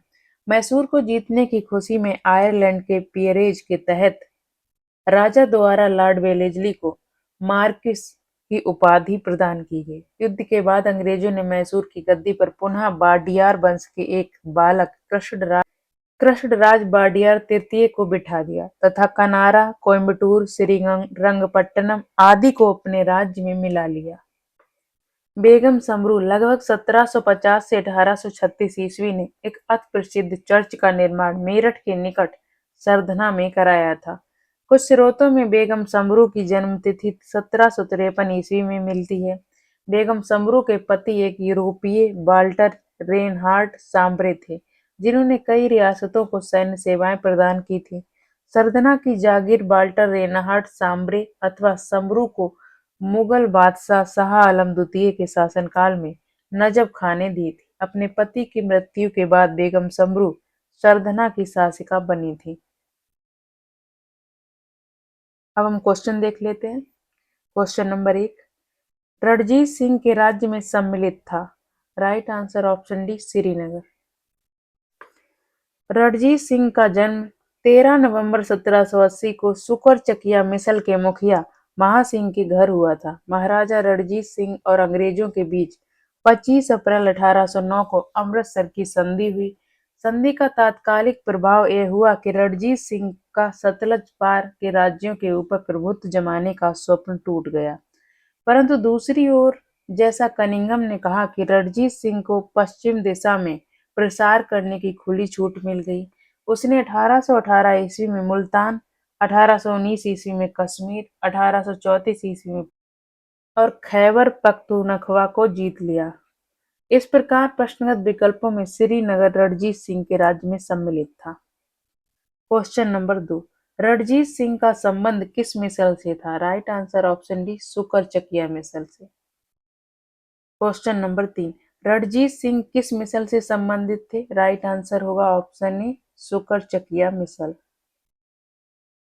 क्वेश्चन नंबर 4, महाराजा रणजीत सिंह के राज्य की राजधानी थी।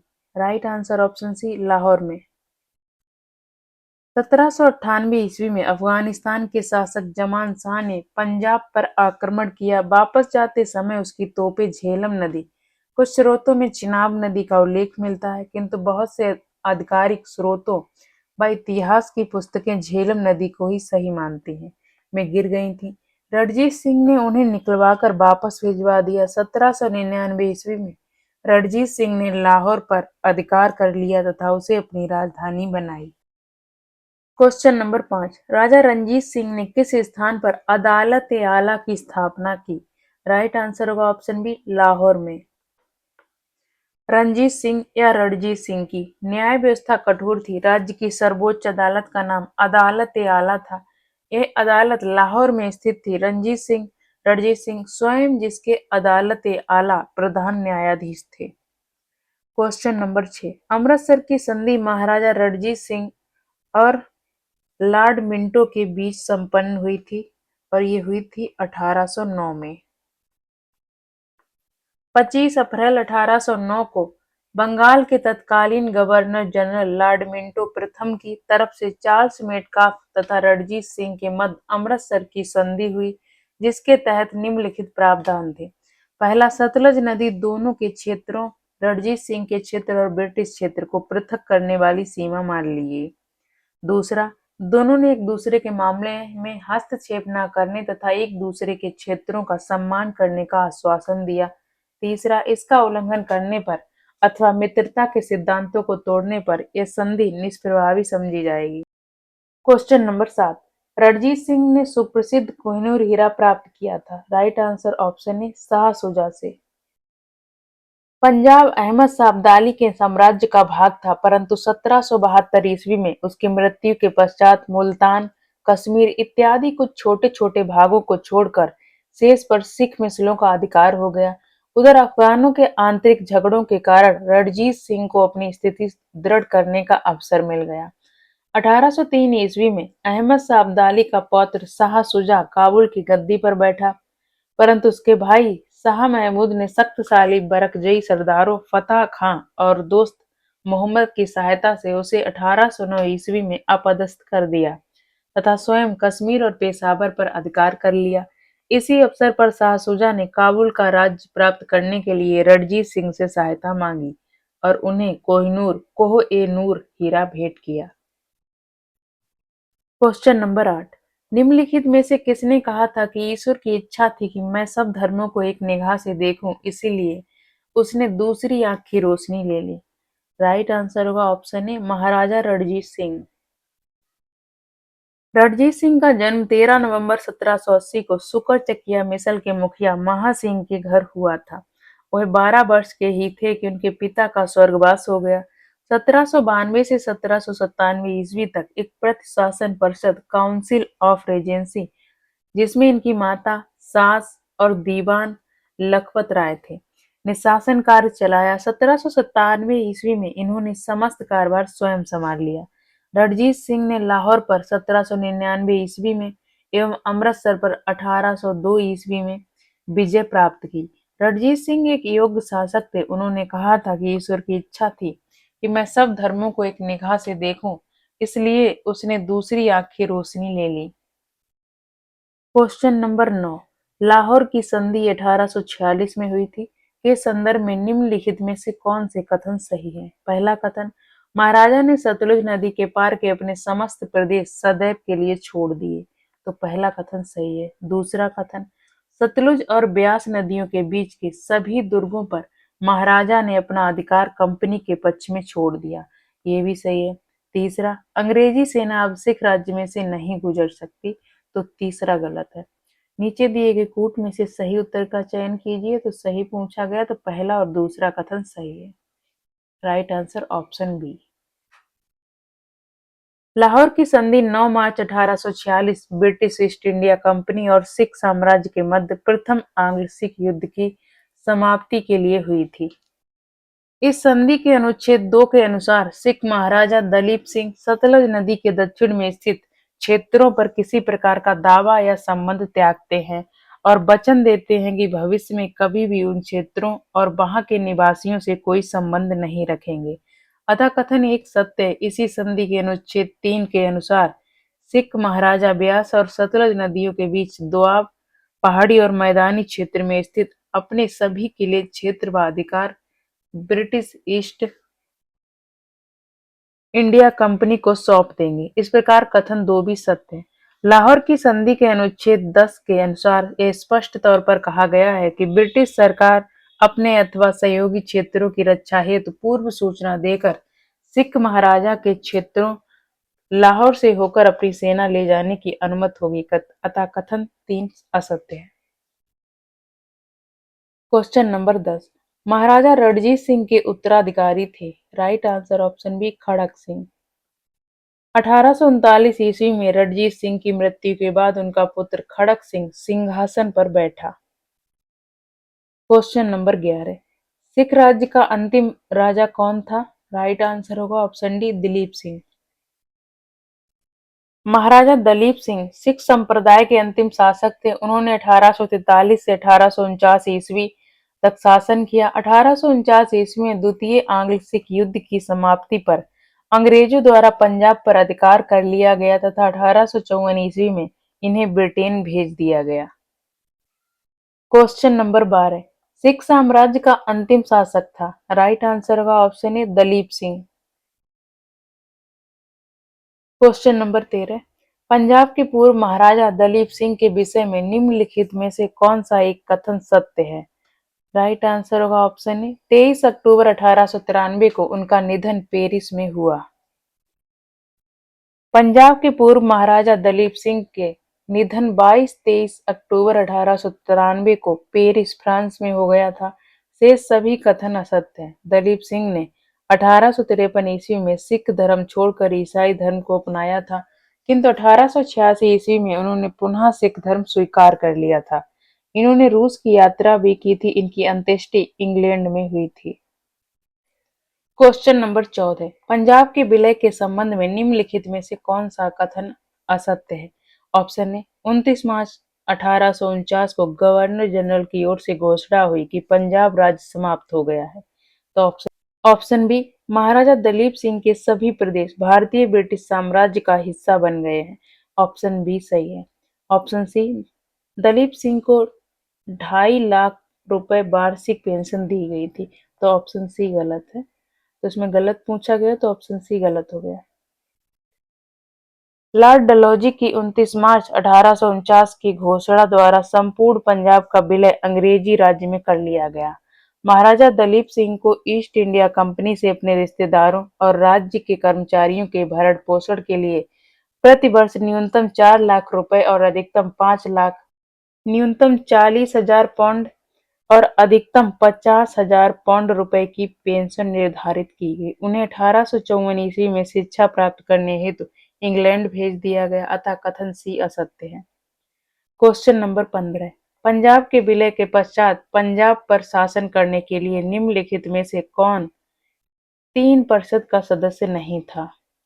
राइट आंसर होगा ऑप्शन ए एच.एम. इलियट और दूसरा है option D Robert Montgomery.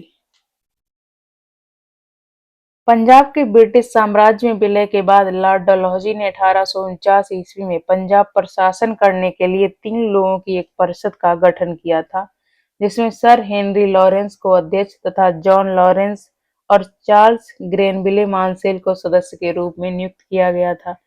HM. Elliot तथा रॉबर्ट मॉन्टगोमरी इस परिषद से संबंधित नहीं थे।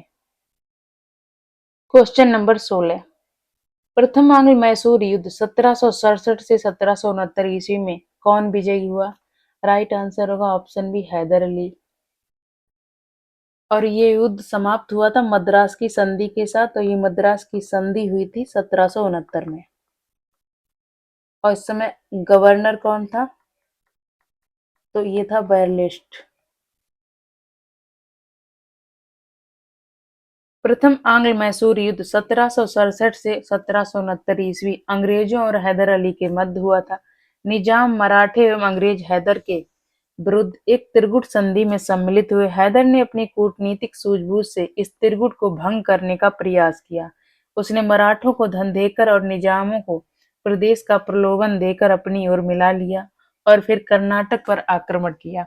अंग्रेजों की प्रारंभिक सफलता के कारण निजाम पुनः अंग्रेजों की ओर चला गया। हैदर अली ने उत्साहपूर्वक लड़ते हुए 1768 ईस्वी में मंगलौर पर अधिकार कर लिया।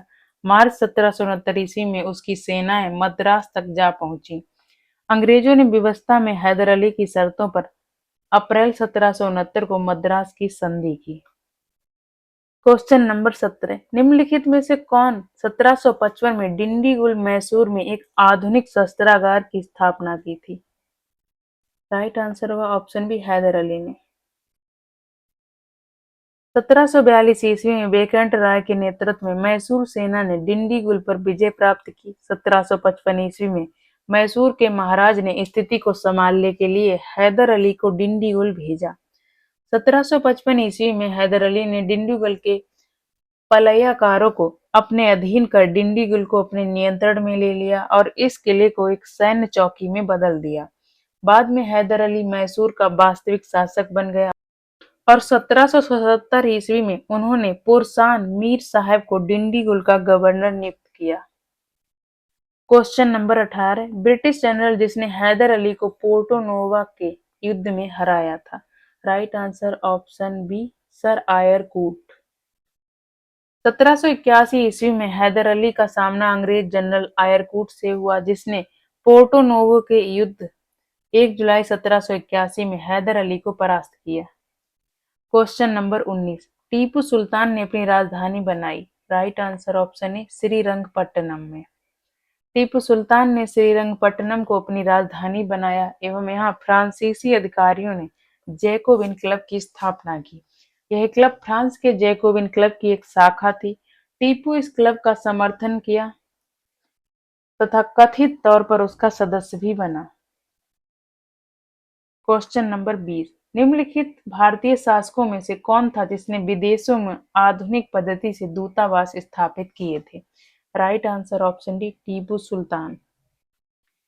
टीपू सुल्तान ने आधुनिक पद्धति से विदेशों में दूतावास स्थापित किए थे। क्वेश्चन नंबर 21, टीपू सुल्तान ने ब्रिटिश सेना को 1780 ईस्वी में हराया था? Right answer option B Pollilur के युद्ध में। हैदर अली एवं टीपू सुल्तान ने मराठों तथा निजाम के साथ एक समझौता कर लिया तथा फ्रांसीसियों से सहायता का वचन ले लिया तथा कर्नाटक पर जुलाई 1780 में आक्रमण करके अर्काट पर अधिकार कर लिया। तत्पश्चात 10 सितंबर 1780 को हैदर अली और टीपू की संयुक्त सेनाओं ने पोलीलूर अन्य नाम पेरुम्बकम के युद्ध में कर्नल बेली को बुरी तरह पराजित किया। इस युद्ध में सैन्य कमान टीपू के हाथों में थी। बेली की पराजय का समाचार सुनकर कर्नल हेक्टर मुनरो, जो इस युद्ध में सैन्य कमान टीपू के हाथों में थी, बेली की सहायता के लिए आ रहा था, वापस लौट गया। अतः विकल्प बी सही उत्तर है। क्वेश्चन नंबर 22, अंग्रेजों ने श्रीरंगपट्टनम की संधि किसके साथ की थी? Right answer option C, Tipu Sultan के साथ। ये तीसरे आंग्ल मैसूर युद्ध में हुई थी। इसमें तीसरा आंग्ल मैसूर ये चला था 1790 से 1792 तक, और इसमें अंग्रेज गवर्नर था, वो था कॉर्नवालिस। तृतीय आंग्ल मैसूर युद्ध 1790 से 92 ईस्वी का अवसान श्रीरंगपट्टनम की संधि मार्च 1792 द्वारा हुआ। ये संधि टीपू सुल्तान और मित्र शक्तियों British East India company, Hyderabad के निजाम तथा मराठा पक्ष के मध्य हुई थी। इस संधि में ब्रिटिश पक्ष का नेतृत्व कॉर्नवालिस के पास रहा। इस संधि की शर्तों के अनुसार टीपू को अपने राज्य का लगभग आधा भाग अंग्रेजों तथा उनके साथियों को देना पड़ा। साथ ही युद्ध के हट जाने के रूप में टीपू को लगभग 3 करोड़ रुपए, लगभग 330 लाख रुपए अंग्रेजों को देना था। श्रीरंगपट्टनम की संधि में शामिल था कि जब तक टीपू 3 करोड़ रुपए नहीं देगा, तब तक उसके 2 पुत्र अंग्रेजों के कब्जे में रहेंगे। कॉर्नवालिस ने इसी संधि के बाद ये टिप्पणी की थी कि हमने अपने शत्रु को प्रभावशाली ढंग से पंगु बना दिया तथा साथियों को भी शक्तिशाली नहीं बनने दिया। क्वेश्चन नंबर 23, टीपू सुल्तान अंग्रेजों के साथ युद्ध में कब मारे गए थे? तो ये मारे गए थे 1799 में, चतुर्थ आंग्ल मैसूर युद्ध में। चतुर्थ आंग्ल मैसूर युद्ध में अंग्रेज गवर्नर थे लॉर्ड वेलेजली। टीपू सुल्तान चतुर्थ आंग्ल मैसूर युद्ध 1799 ईस्वी के दौरान अंग्रेजों से लड़ते हुए मारे गए थे। क्वेश्चन नंबर 24, निम्नलिखित में से कौन एक सुमेलित है? ऑप्शन ए, प्रथम आंग्ल मैसूर युद्ध हैदर अली पराजित हुआ था, तो पहला ये गलत है, हैदर अली इसमें विजयी हुआ था। दूसरा, द्वितीय आंग्ल मैसूर युद्ध हैदर अली ने अंग्रेजों को पराजित किया, तो ये भी गलत हो गया। और तीसरा है तृतीय आंग्ल मैसूर युद्ध, टीपू सुल्तान युद्ध जीता और अपना भूभाग अंग्रेजों को नहीं दिया, तो ये भी गलत है। इसमें टीपू सुल्तान की हार हुई थी और इसमें श्रीरंगपट्टनम की संधि के साथ ये युद्ध समाप्त हुआ था। चतुर्थ आंग्ल मैसूर युद्ध, टीपू पराजित किया गया और युद्ध के मध्य दिवंगत हुआ था, ये सही है, 1799 में। प्रथम आंग्ल मैसूर युद्ध 1767 से 1769 ईस्वी में हुआ। इस दौरान बंगाल का अंग्रेज गवर्नर बैरलेस्ट था। युद्ध 4 अप्रैल 1769 को मद्रास की संधि द्वारा समाप्त हुआ। द्वितीय आंग्ल मैसूर युद्ध 1780 से 84 ईस्वी तक चला। इस दौरान अंग्रेज गवर्नर जनरल वारेन हेस्टिंग था। यह युद्ध 1784 ईस्वी की मंगलौर की संधि द्वारा समाप्त हुआ। तृतीय आंग्ल मैसूर युद्ध 1790 से 92 ईस्वी तक। इस दौरान अंग्रेज गवर्नर जनरल लॉर्ड कॉर्नवालिस था। अंग्रेजों के विरुद्ध सहायता के लिए टीपू सुल्तान ने तुर्की से सहायता प्राप्त करने का प्रयत्न किया। 1784-85 ईस्वी में एक दूत कुस्तुनतनिया भेजा। 1787 ईस्वी में टीपू ने एक दूत मंडल फ्रांस भी भेजा। यह युद्ध 1792 ईस्वी की श्रीरंगपट्टनम की संधि द्वारा समाप्त हुआ। चतुर्थ आंग्ल मैसूर युद्ध 1799 ईस्वी में। इस दौरान अंग्रेज गवर्नर जनरल लॉर्ड वेलेस्ली था। 4 मई 1799 को अंग्रेजी सेना ने श्रीरंगपट्टनम का दुर्ग जीत लिया और टीपू ने लड़ते लड़ते वीरगति पाई। टीपू के कुल के सदस्यों को बेल्लोर में कैद किया गया। क्वेश्चन नंबर 25, सूची 1 को सूची 2 से सुमेलित कीजिए और सूचियों के नीचे दिए गए कूट से सही उत्तर चुनिए। सूची 1, सूची 2। इलाहाबाद की संधि ये हुई थी 1765 में। 4, मंगलौर की संधि ये हुई है 1784 में। 2, सालबाई की संधि 1782 में हुई है। 1, और मद्रास की संधि ये हुई थी प्रथम आंग्ल मैसूर युद्ध 1769 में। 3, आंसर होगा 4, 2, 1, 3। Right answer option C, 4, 2, 1, 3। Allahabad की प्रथम संधि अंग्रेजों और मुगल सम्राट शाह आलम द्वितीय के मध्य 12 अगस्त 1765 को हुई थी। जबकि इलाहाबाद की द्वितीय संधि अंग्रेजों और अवध के नवाब शुजाउद्दौला के बीच 16 अगस्त 1765 को ही। मंगलौर की संधि द्वितीय आंग्ल मैसूर युद्ध 1780-84 ईस्वी के बाद अंग्रेजों और टीपू सुल्तान के मध्य 1784 ईस्वी में हुई थी। सालवाई की संधि प्रथम आंग्ल मराठा युद्ध 1775 से 1782 ईस्वी के दौरान महादजी सिंधिया की मध्यस्थता में अंग्रेजों और मराठों के मध्य 1782 ईस्वी में हुई थी। मद्रास की संधि प्रथम आंग्ल मैसूर युद्ध 1767 से 69 ईस्वी के बाद 1769 ईस्वी में हैदर अली और अंग्रेजों के बीच हुई थी। क्वेश्चन नंबर 26, बेगम समरू ने एक अति प्रसिद्ध चर्च का निर्माण करवाया। Right answer option C Sardhana में। बेगम समरू लगभग 1750 से 1836 ईस्वी ने एक अति प्रसिद्ध चर्च का निर्माण मेरठ के निकट सरधना में कराया था। बेगम समरू की जन्म तिथि को लेकर 1750 ईस्वी और 1753 ईस्वी के बीच विवाद है, इसलिए कुछ स्रोतों में यह तिथि 1753 ईस्वी में मिलती है। क्वेश्चन नंबर 27, निम्न कथनों में से कौन सा एक सही नहीं है? ऑप्शन ए, अली मर्दान खान ने बंगाल में राजस्व कृषि पद्धति प्रारंभ की थी, तो ये की थी मुर्शीद कुली खान ने, तो ऑप्शन ए गलत हो गया।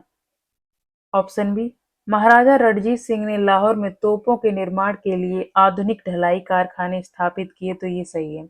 ऑप्शन सी, आमेर में सवाई जय सिंह ने यूक्लिड के रेखा गणित के तत्वों का संस्कृत में अनुवाद कराया, तो ये भी सही है। ऑप्शन डी, मैसूर में टीपू सुल्तान ने श्रृंगेरी मंदिर में देवी शारदा की मूर्ति के निर्माण के लिए धन दिया, तो ऑप्शन डी भी सही, तो इसमें गलत पूछा गया, तो ऑप्शन ए ही गलत है।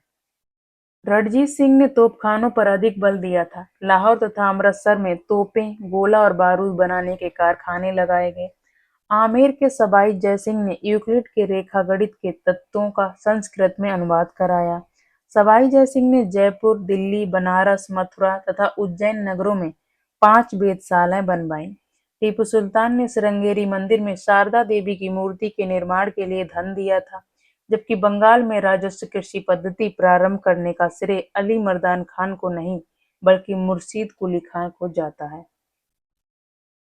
क्वेश्चन नंबर 28, निम्नलिखित कथनों पर विचार कीजिए। कथन पहला है, पानीपत के तृतीय युद्ध में अहमद शाह अब्दाली ने इब्राहिम लोदी को पराजित किया है, तो पहला कथन गलत हो गया। पानीपत के तृतीय युद्ध में मराठा शासक सदाशिवराव भाऊ को अहमद शाह अब्दाली ने पराजित किया था।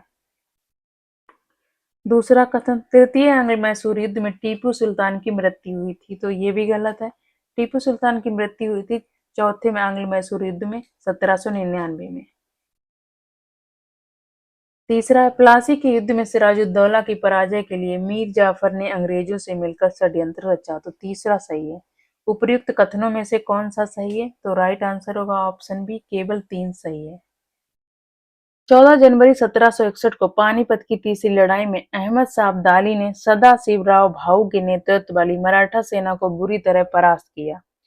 जेएन सरकार के अनुसार महाराष्ट्र में संभवतः ही कोई परिवार ऐसा नहीं होगा जिसने कोई न कोई संबंधी ना खोया हो, तथा कुछ परिवारों का तो सर्वनाश ही हो गया। 1790 से 92 ईस्वी में हुए तीसरे आंग्ल मैसूर युद्ध में टीपू सुल्तान केवल पराजित हुआ था, उसकी मृत्यु नहीं हुई थी। श्रीरंगपट्टनम की संधि से युद्ध विराम संपन्न हुआ। टीपू की मृत्यु 1799 ईस्वी में चतुर्थ आंग्ल मैसूर युद्ध में हुई थी।